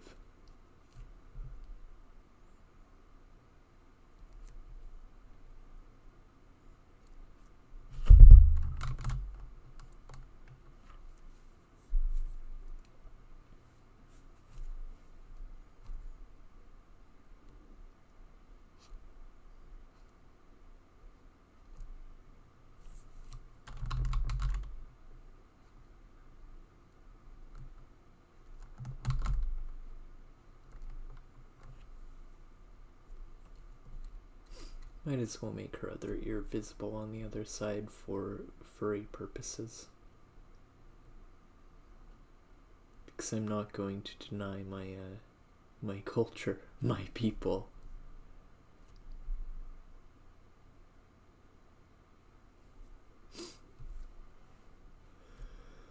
Okay.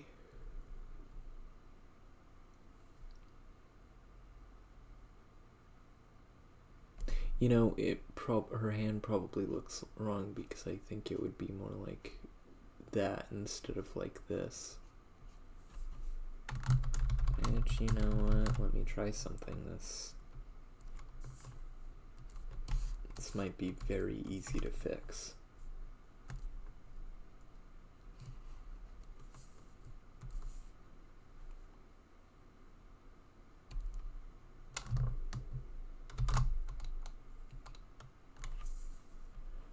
Yeah, I mean, it looks wrong because she has thumbs on both sides, and this would usually be the pinky side, which she has a thumb on, so it does look wrong. Looks like her hand is on backwards, but it's at least facing the right direction, the back of the hand. That's much better.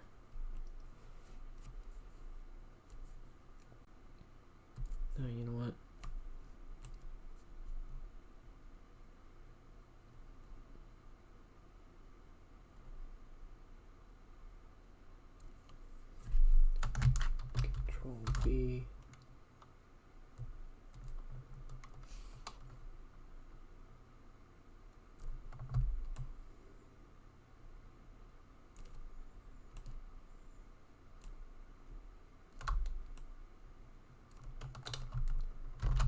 Excellent.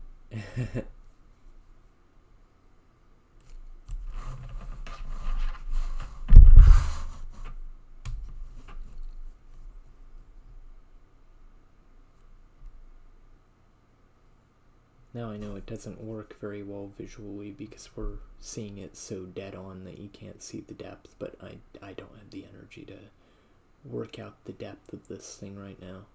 Just don't.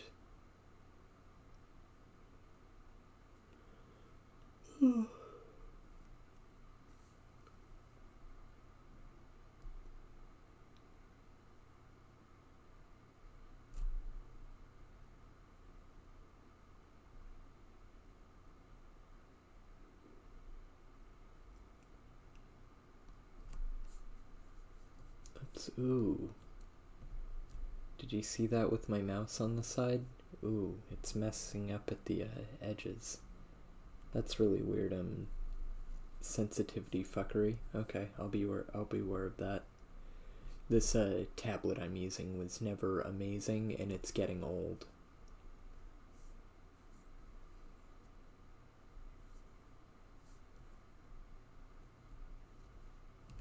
Let me look up palm fronds.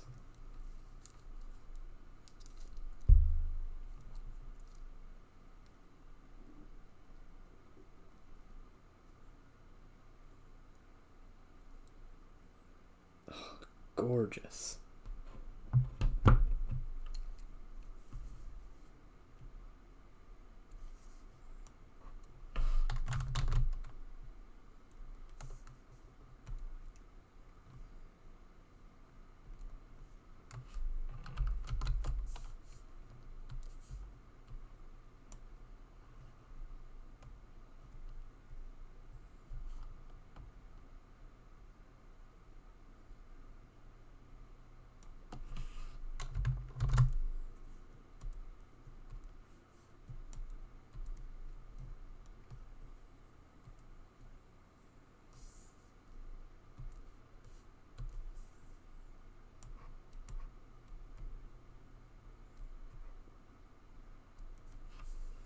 Alrighty.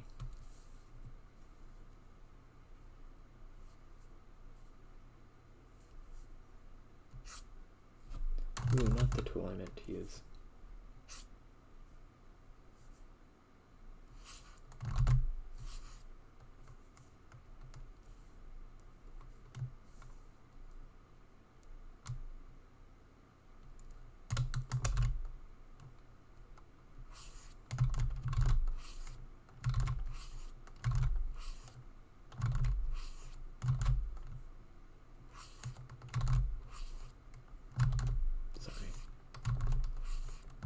Don't know what I'm apologizing for. I'm doing fine.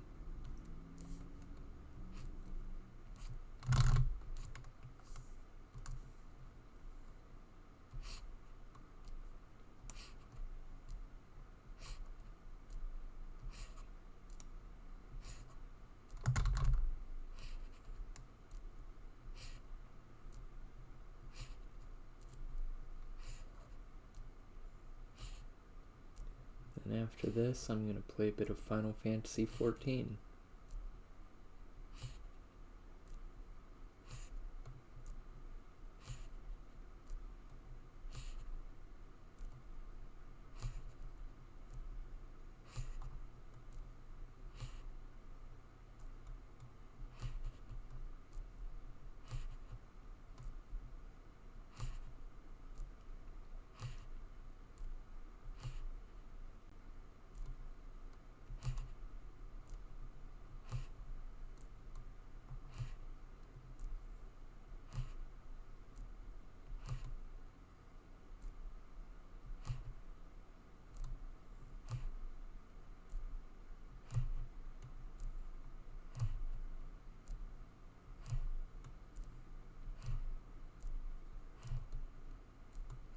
I think I learned about that kind of couch because the whole Pride couches thing a few weeks ago and people were thinking of better gay couches. I adore that.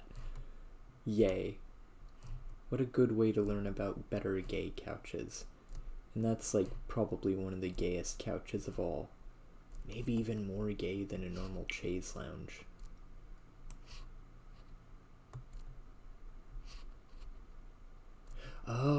that's something I'm forgetting to do with this lounge. I forgot to give it a back. Which I'll do after I'm done obsessing over adding all the folds to this frond.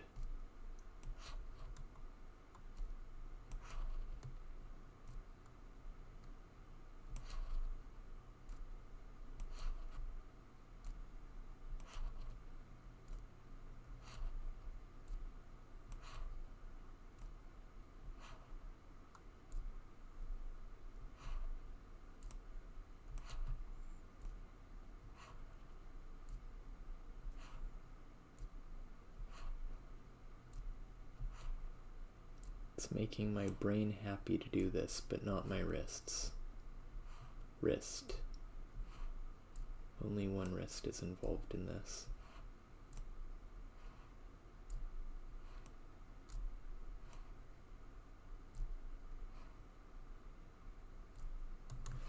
Alrighty.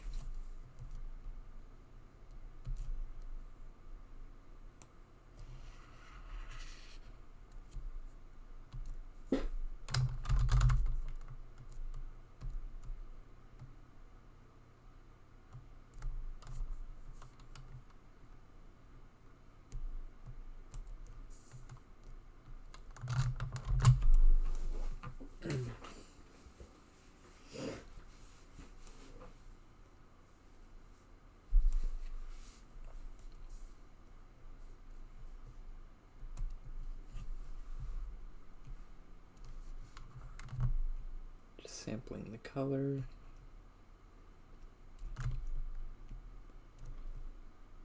Okay.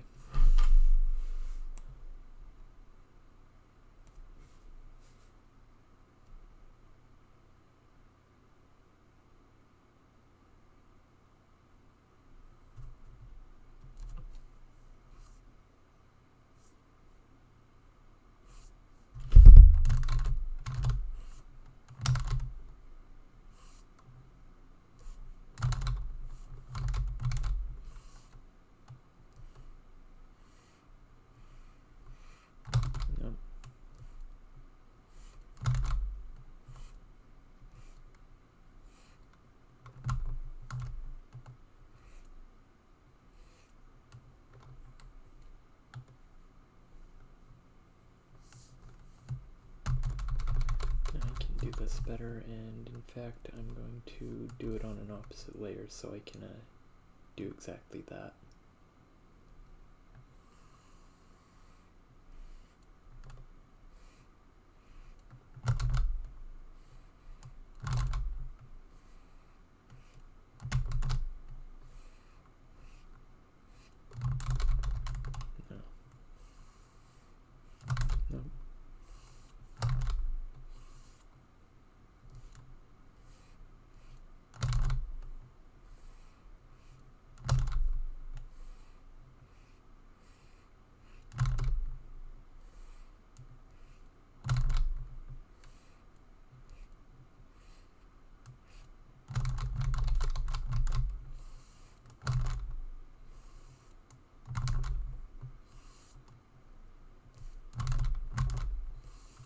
Oh, like a swan wing, that's what I need to be doing.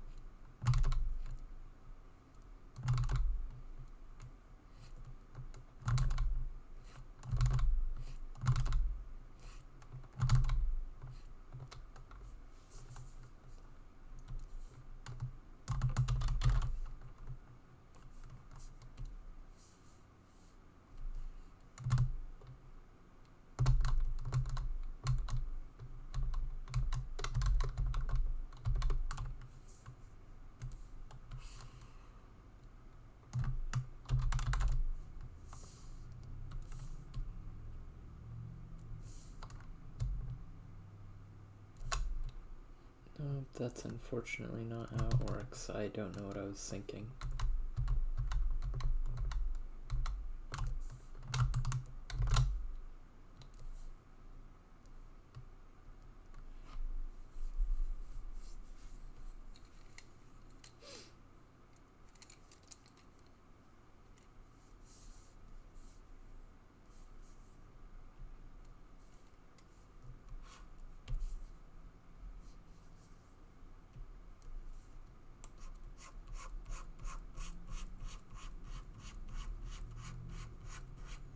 So it matches the general sketch so it doesn't feel out of place.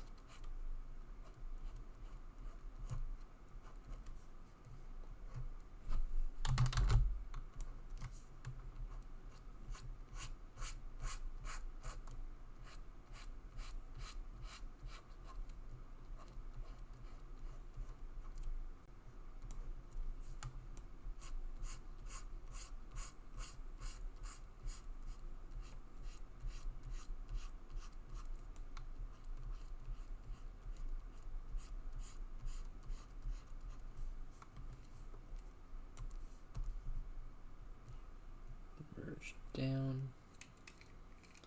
Now we erase anything that is red prints that is.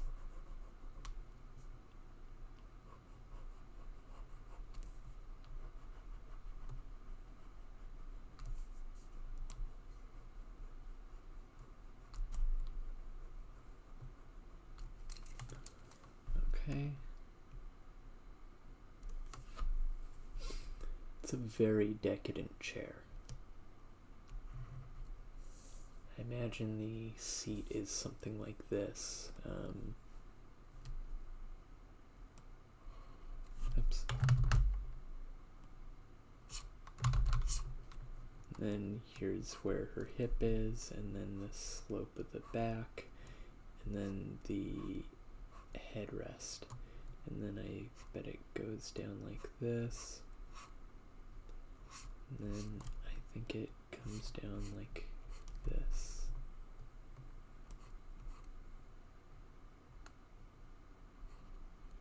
Yeah, I think that's its general shape. And it honestly gives her rather large, tiny room to relax.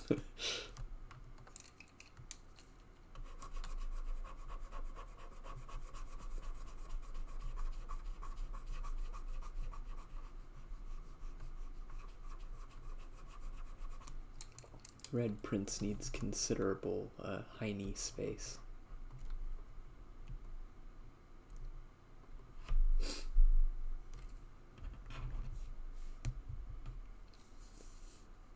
Okay.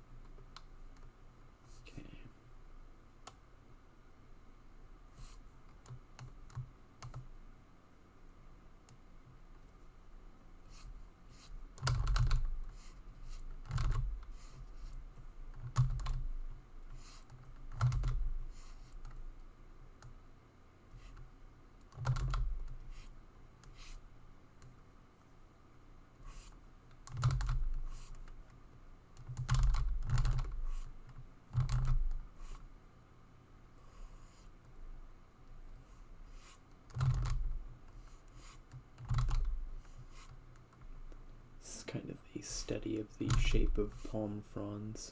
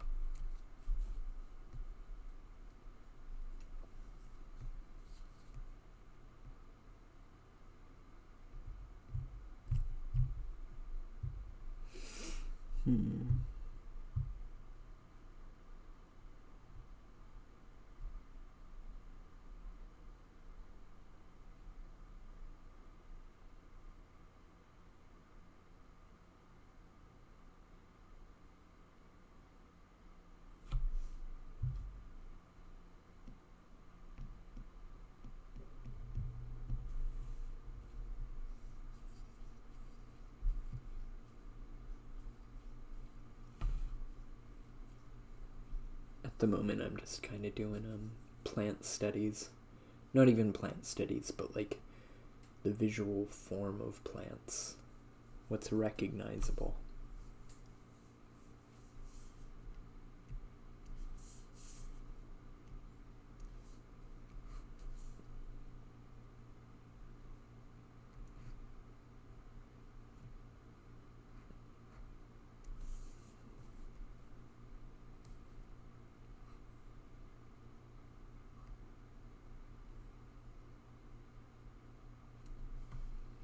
It's the worst pot I've ever drawn, but okay.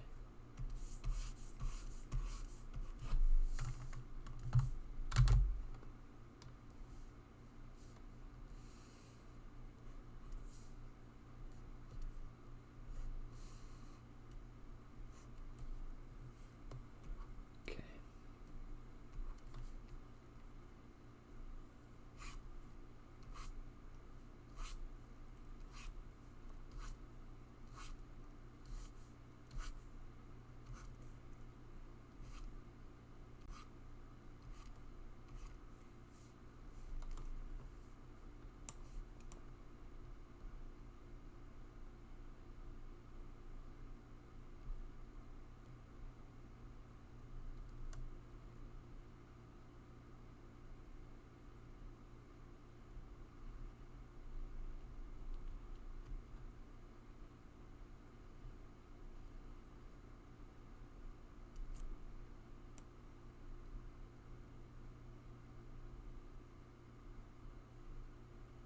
Some philodendrons.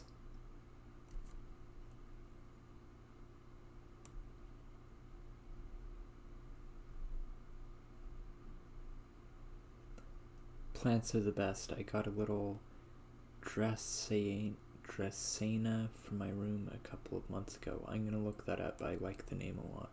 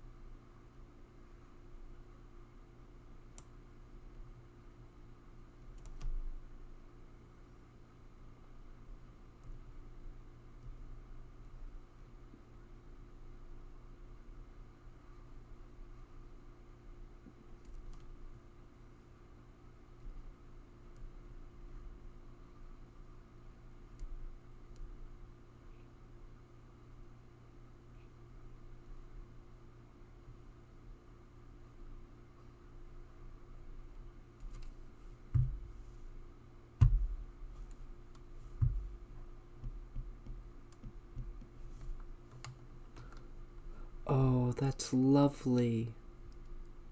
Oh, I have seen these. I love these. What a good plant. Thank you for getting a good plant, friend.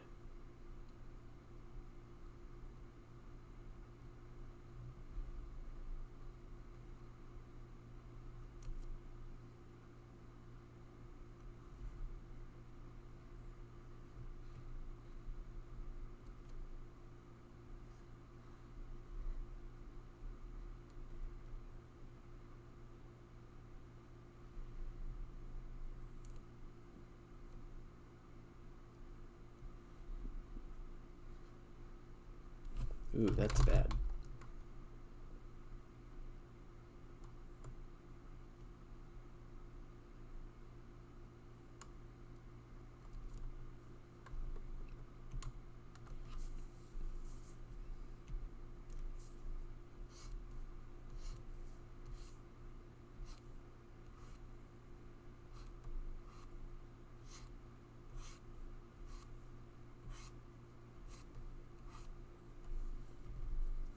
I always loved the cool plants you could get in Animal Crossing, and I had always wanted one, and now I do. Yay!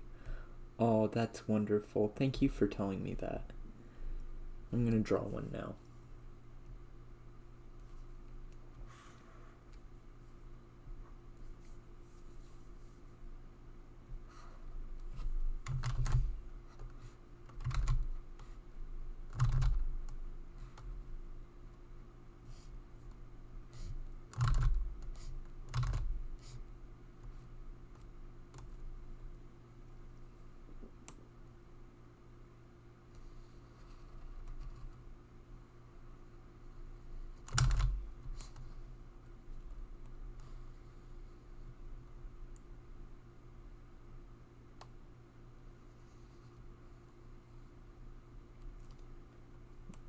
don't know if it's the same kind you have because there are apparently a lot of species, but it'll still be fun to draw.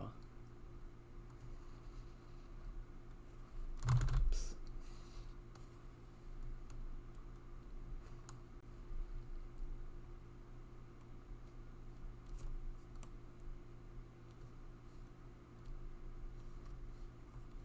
Okay.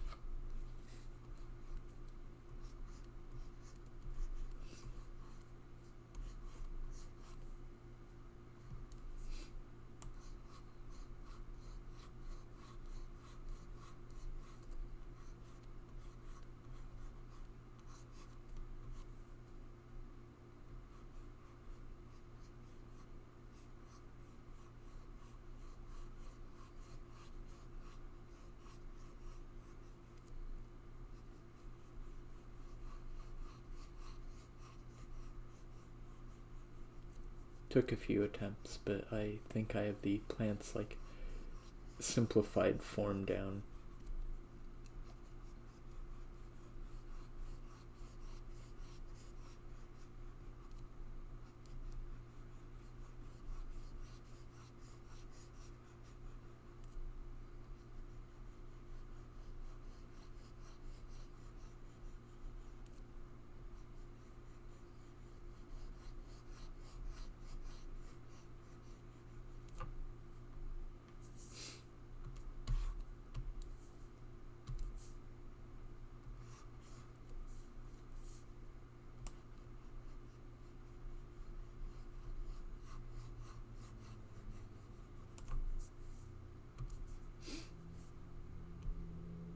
Yes, I'm happy with that.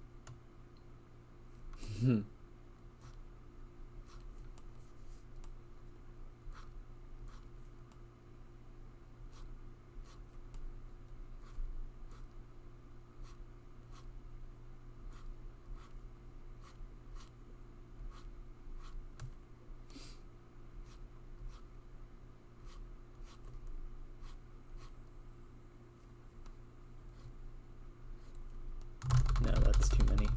This is fine. You know what?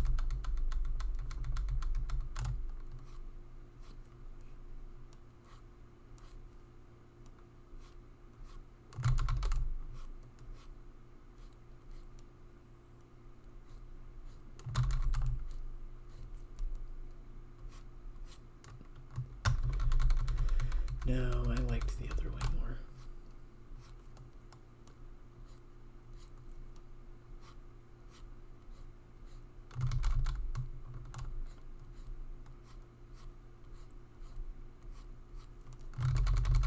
Didn't do it so neatly that time.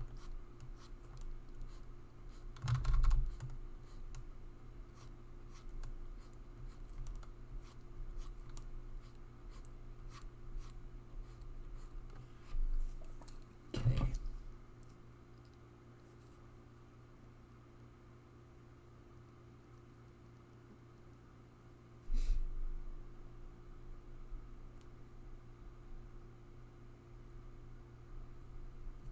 Now that's a good hanging plant.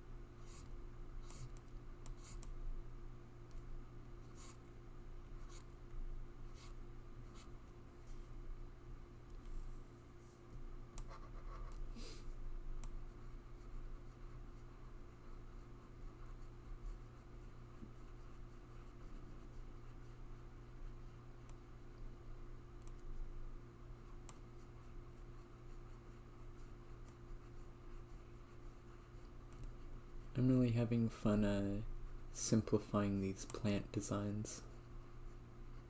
Stylizing them, rather.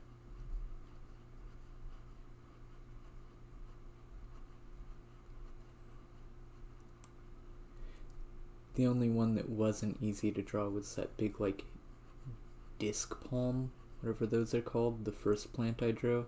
But that's just because it took so many goddamn straight lines and I started getting, like, repetitive motion fatigue. This one, it's tedious and it'll take a bit, but it's relaxing and fun. There's more to it.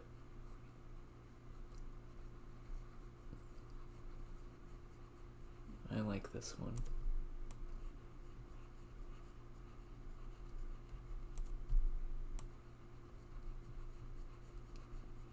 This is a good, happy plant to draw.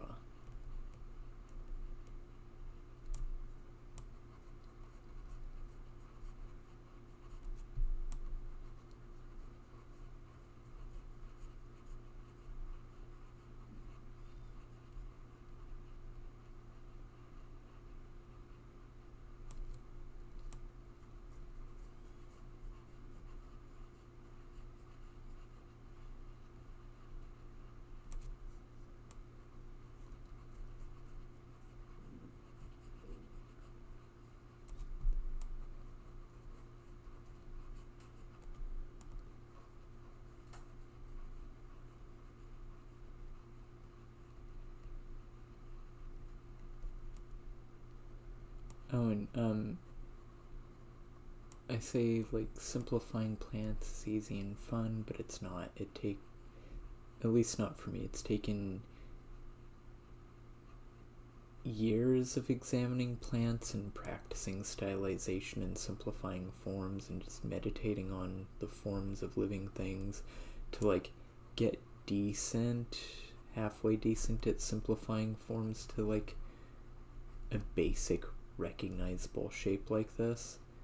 It's not even perfect and it's still hard to do, but abstraction is difficult. Abstract art is very difficult. I'd say good abstract art is the kind where it doesn't look like the thing it's supposed to, but anybody who looks at it knows what it's supposed to be. Now, that doesn't mean all abstract art has to be like that. Not all good abstract art is clearly recognizable, but I think it's definitely an important, like, skill to be able to abstract something and have it still be very recognizable.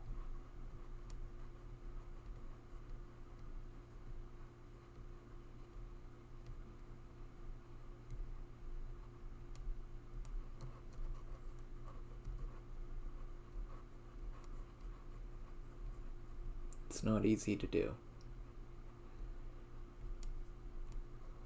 Like, you often have to add additional details, and every detail you have to add makes it a little less abstract.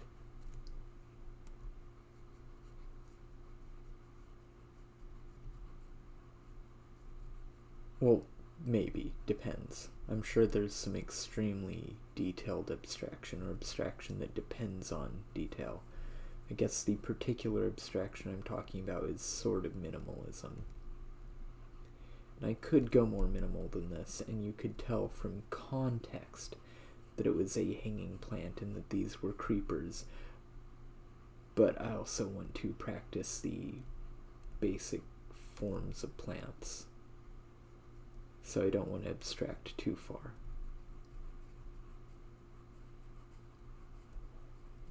Otherwise, it's less fun for me.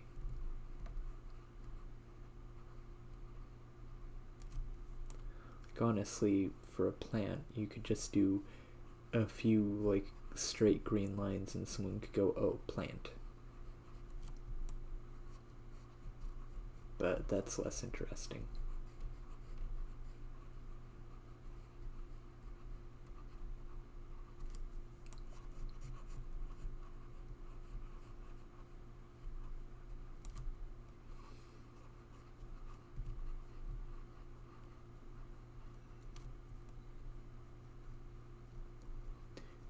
like abstract stuff. Yeah, me too. Or it depends. I don't like every abstract piece, but I really like some abstracted things. And you know what? Abstraction is very broad. Manga is abstraction because, like, people drawn in that are not anatomically correct. Of course they're not. And that is in itself abstraction and a form of minimalism.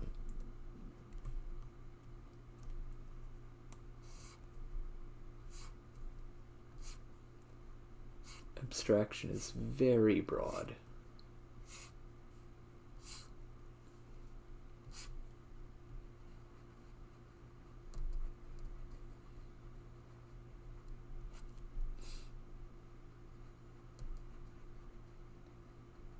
Realized I needed some fronds hanging from the back as well.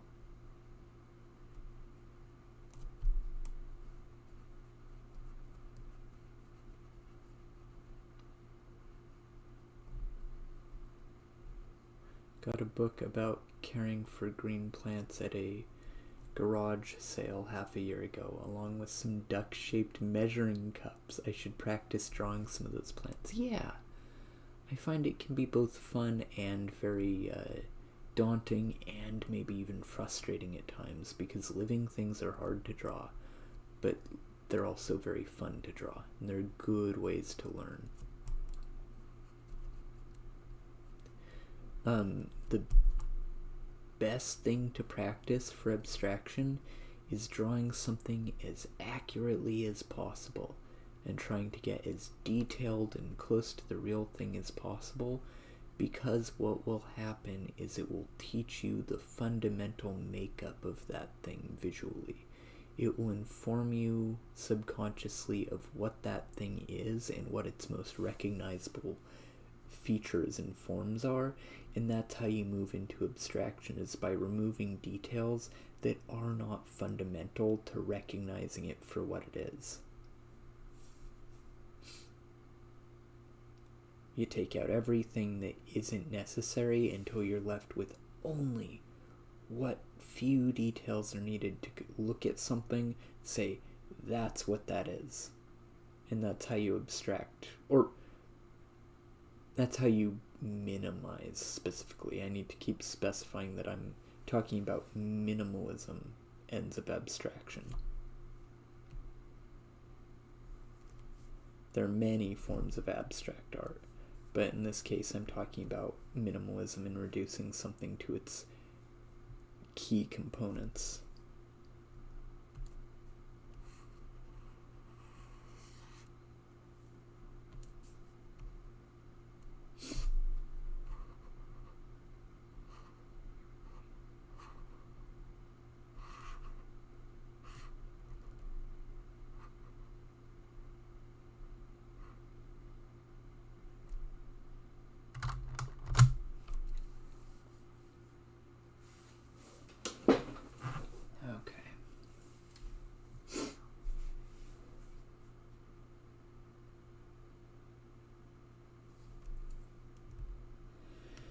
Any other plants I want to draw?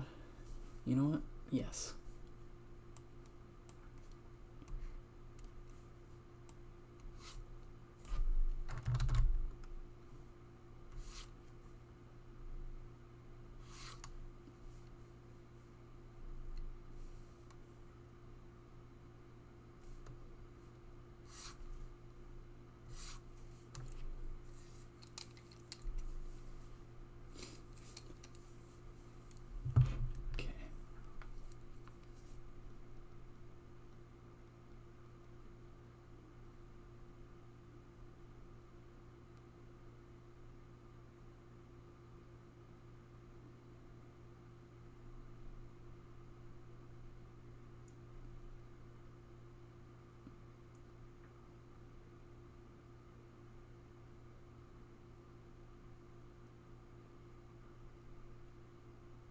Sorry, I'm looking at palm tree details because I want to draw a palm tree next.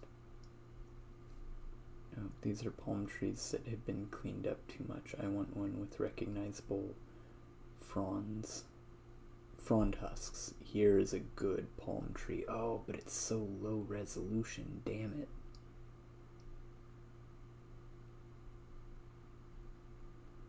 That's not good enough. Ooh, what's this?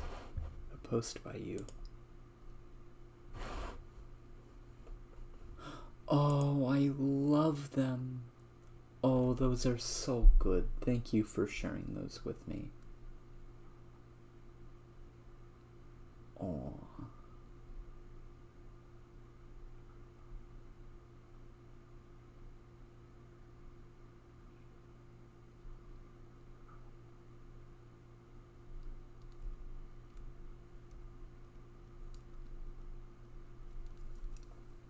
Those are such cute duck measuring cups.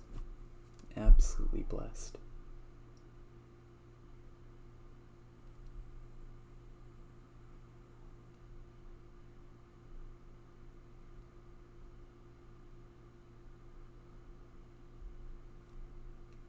I am currently looking up different species of palm trees so I can find the one I want.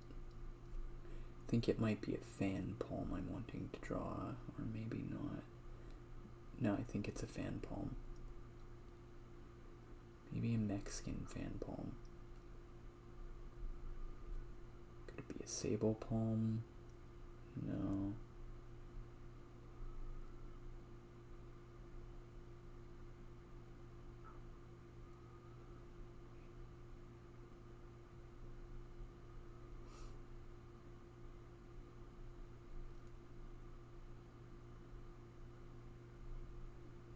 Californian palm, of course. I shouldn't be surprised. They're the palm trees I associate with living in California, so I should have just typed California palm, but I didn't know that was its own species.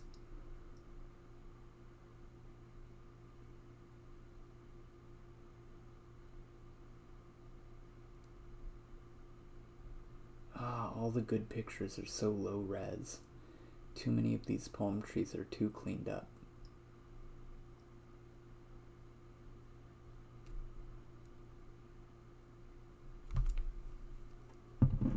Okay.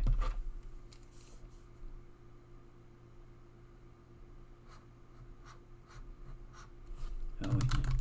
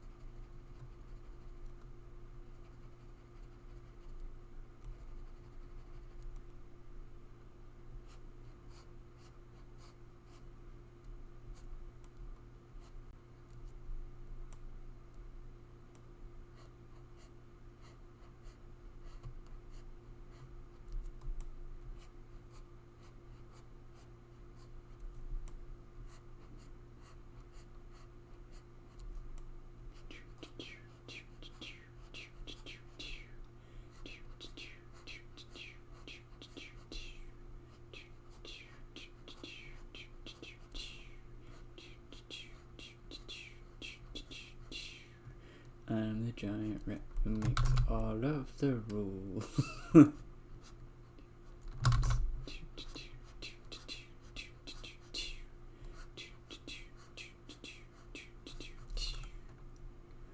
That doesn't look how I want it to.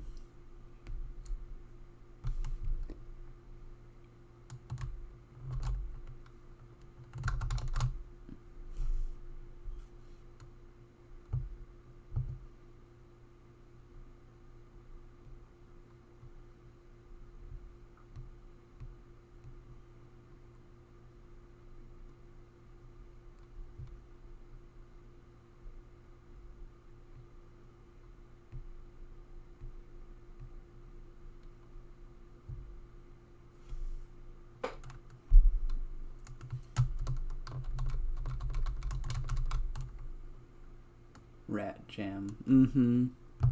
Rodent music. This is what my Dracaena Dressiana. Looks like, in case you were wondering. Ooh, exciting. Ah, wonderful. Oh, I love those ones. I like the milky ribbons across their leaves. Those are so good.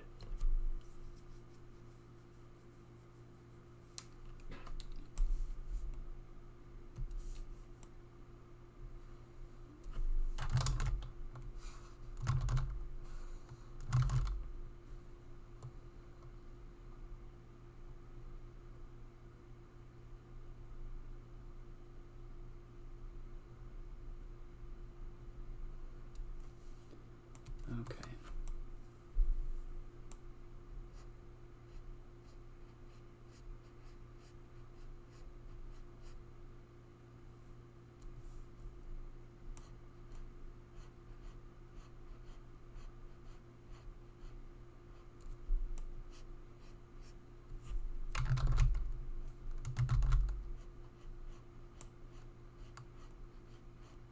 Okay, this is better.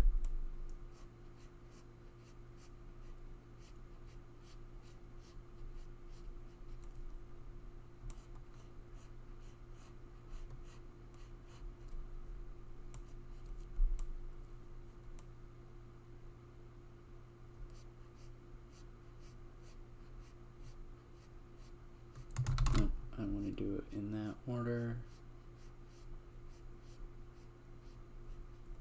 I like how they are also known as corn plants. Corn is fun in general, so LOL. Yay. I didn't know they were called that. I wonder why.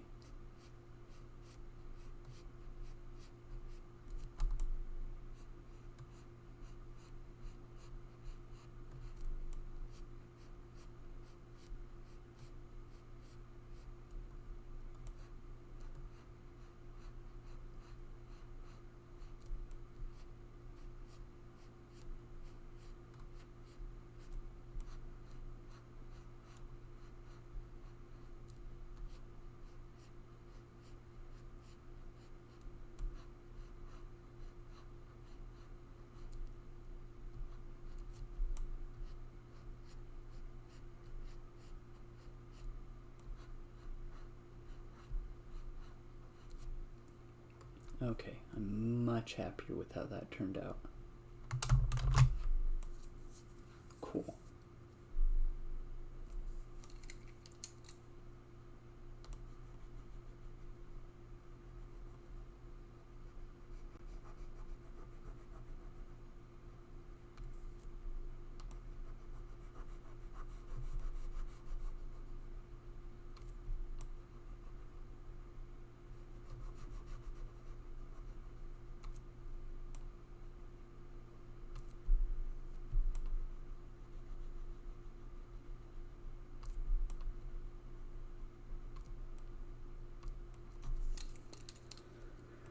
Okay. Now to do more of the same. Oops.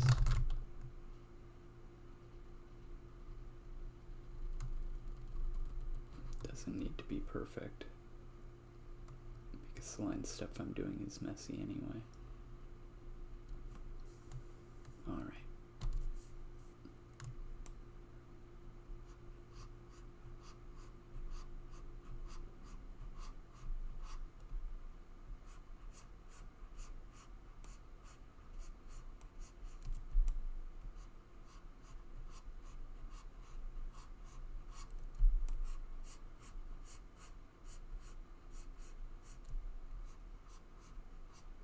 If you stretch them long enough, they look like corn before it grows the vegetable, so I kind of get it. Okay. I wonder if that's why. That's cool. You know what? I kind of see it. A little, maybe.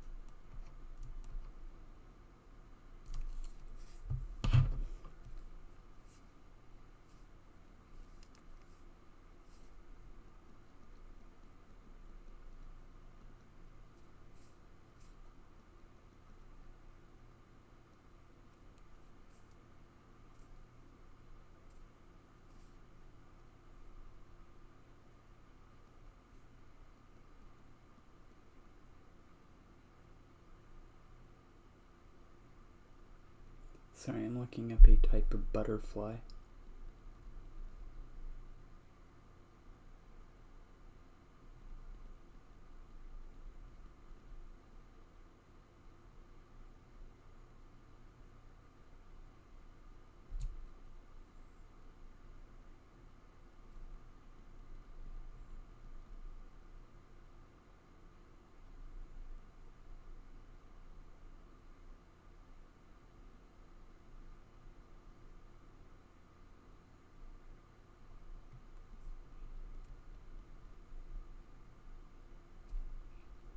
Ah, it turns out what I was looking for is a Luna moth.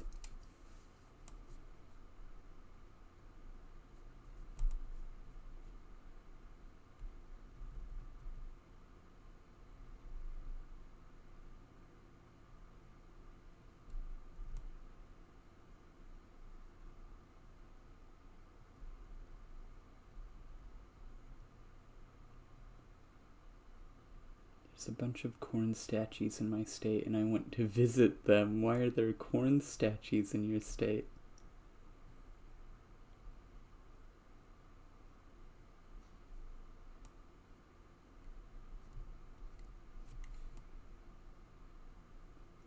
Luna moths are beautiful. They're tremendously beautiful.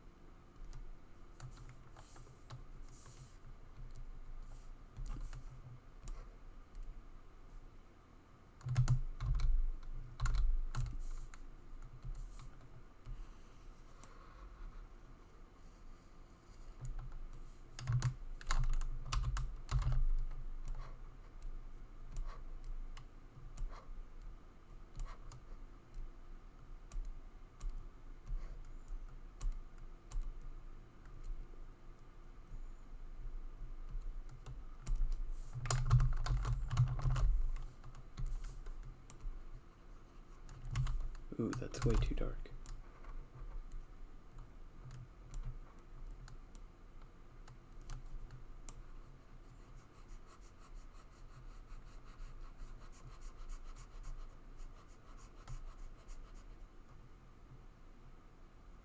Oh, I'll check that image in just a moment.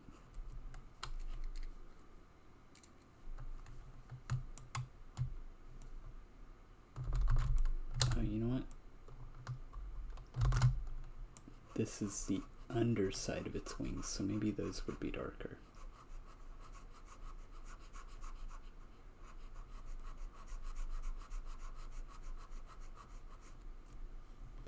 Is that obviously butterfly? It's good enough. Whatever it is, it's pretty. Ooh, are those actual statues in your state?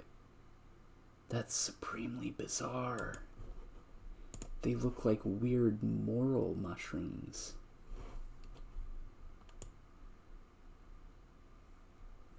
I've been brain poisoned by online, so when I see a lot of corn, I think country girls make too. Oh no, now I'm gonna do it forever. Oh no. Oh no, what have you done? Oh no.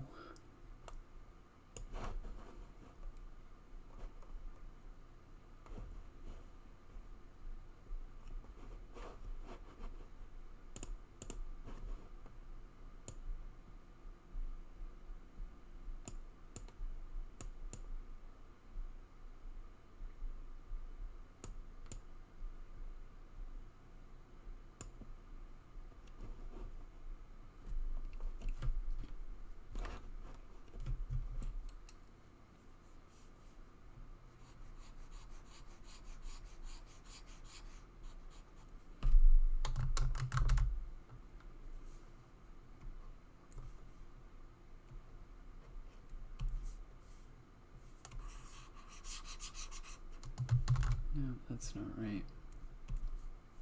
Yeah, this is the paintbrush I like to use.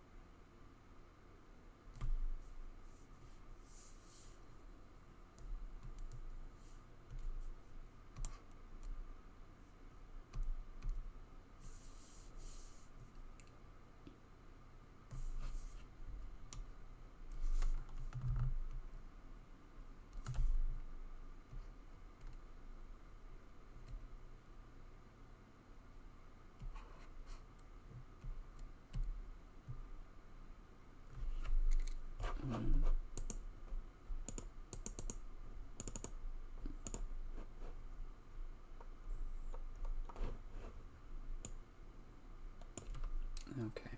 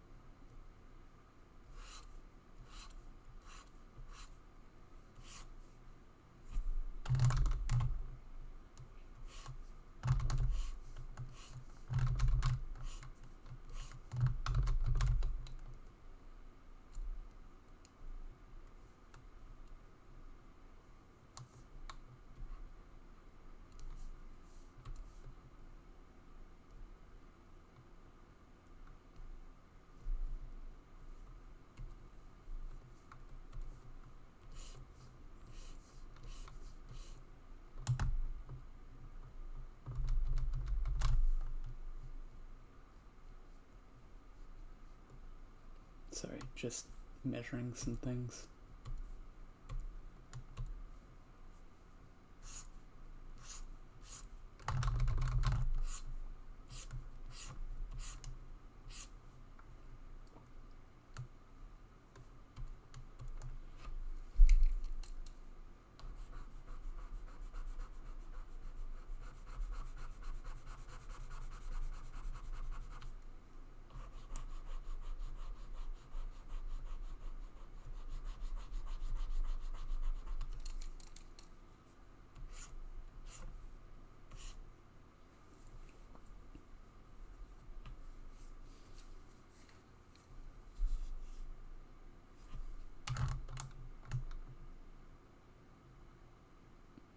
The garage sale, I also got a 60s cookbook. Some of the recipes are heinous. Oh, I bet.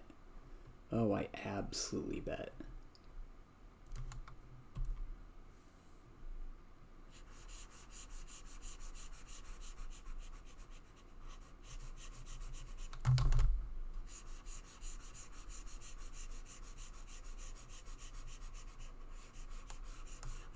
It was a time in American history where Americans had access to unprecedented,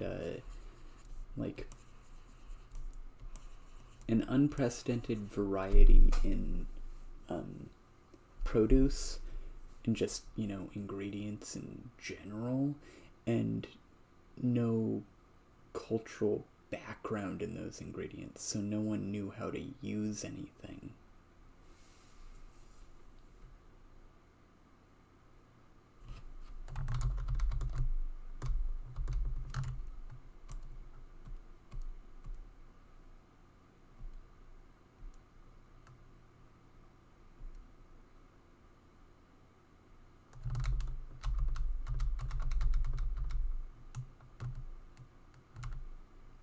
Okay, I think this is good.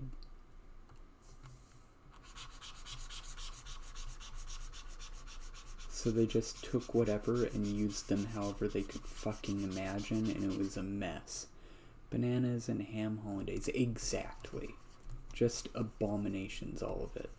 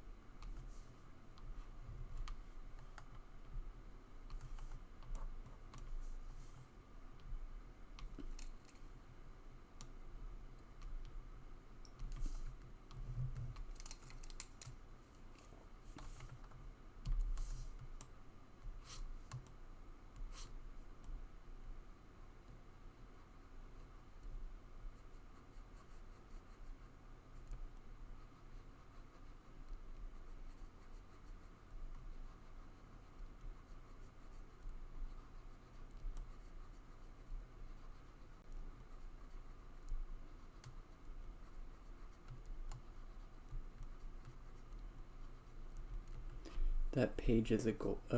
Oh, 70s party, yes. Not a recipe from the book, but one I saw from the Twitter at 70s_party. That page is a gold mine. Yeah. Yeah. That is one of my favorite Twitter pages. Just phenomenal and awful and forbidden. It's great.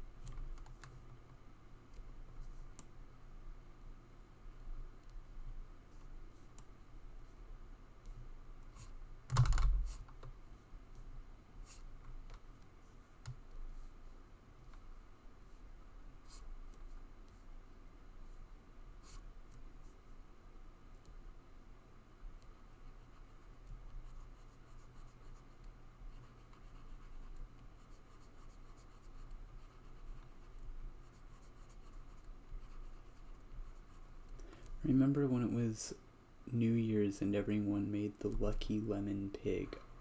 That sounds horrendous, whatever it is.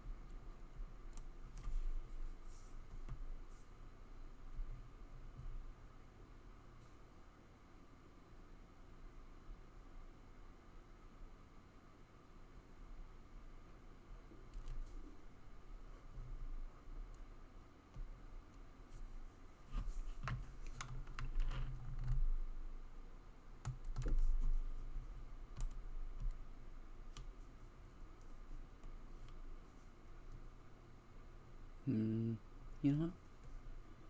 Yeah, I can do this.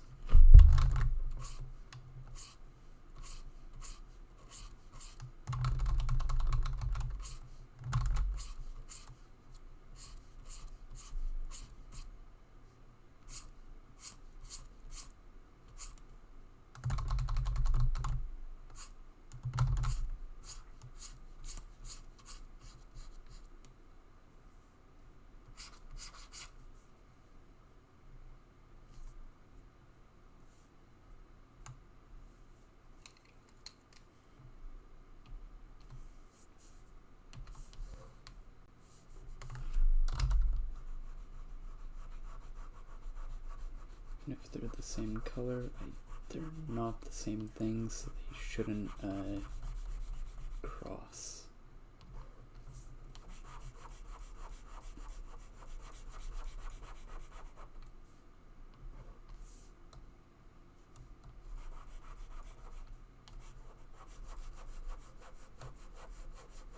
Alrighty.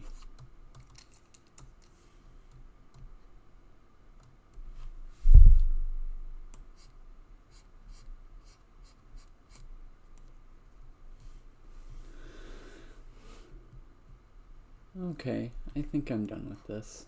I'm happy with it. It's a lot of abstraction and simplification and cheating, but I'm happy with it. I'm very happy with it.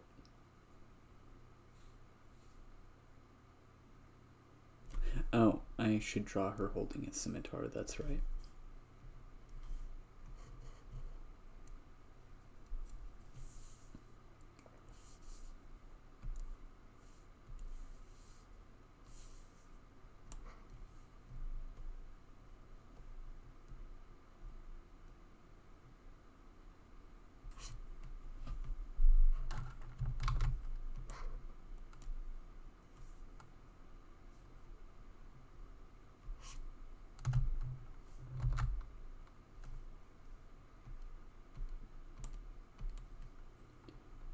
Very nice. Lucky lemon pig. A lemon with cloves for eyes stood up with toothpicks and a slit for mouth with a penny stuck in it. I don't remember how they made the tail if there was one. Okay, that's much nicer than I was expecting. That's very cute then.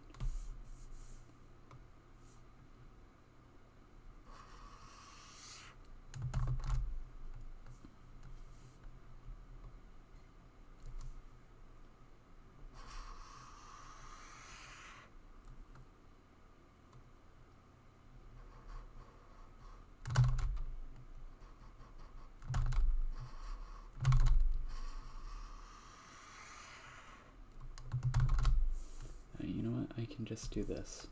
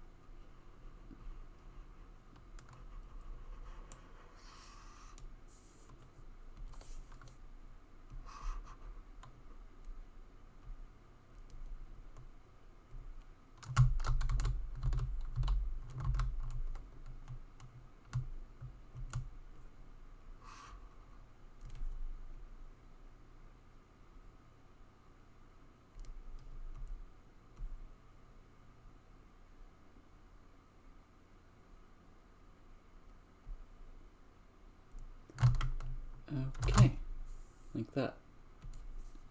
That was a very easy scimitar blade.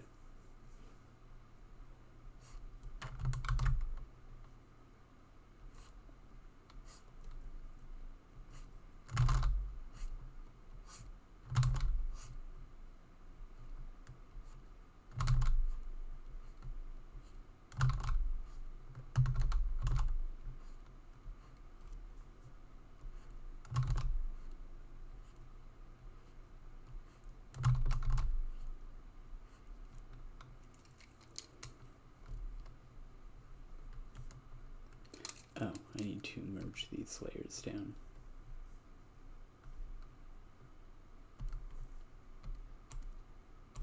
Okay, now I can edit it. I'll edit all of the blade.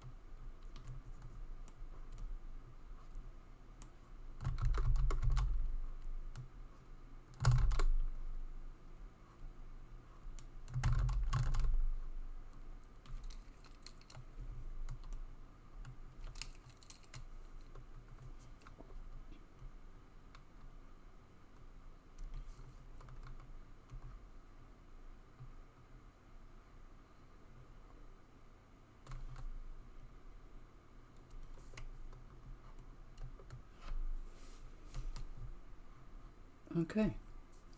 Yeah, this is done.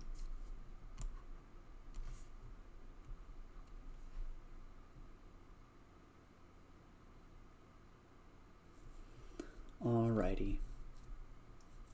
I'm gonna be done for the night. This is Maeve, just drawing this evening, doing a lot of weird, silly, experimental stuff that I'm actually very happy with. I'm gonna be done for the night, and I'm gonna probably be going to sleep here pretty soon. I will be back on tomorrow, probably with Final Fantasy 13 too, unless I have the inspiration to draw some more. But first, one more thing actually.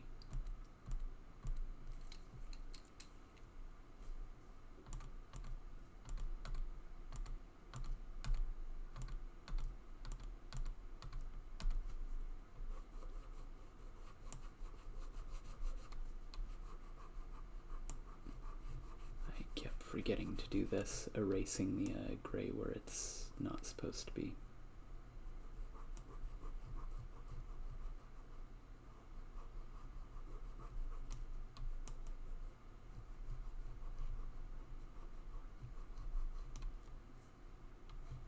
Okay.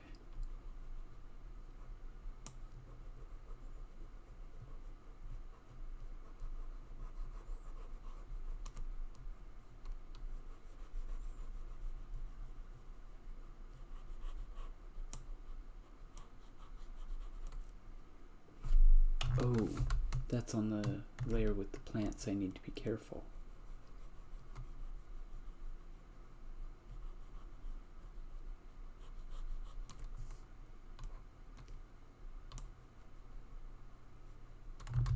That's on the layer with the butterfly color as well.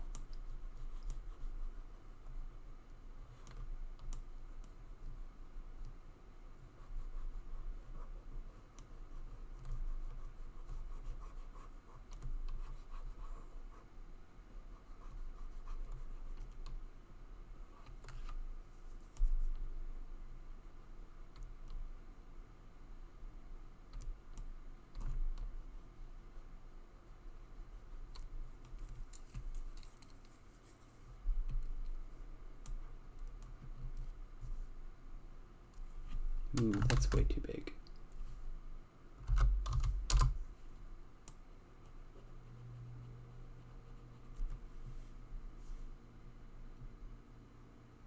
Thanks for the stream. Good night. Thank you for coming by.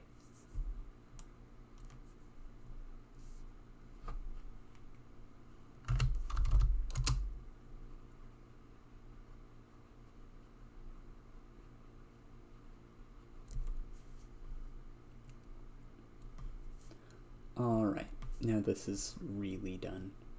Alright, this is Maeve. I'm done for the night. I'll see you all tomorrow. Thank you so much for watching. Love you all, especially you, Julian. Night, night.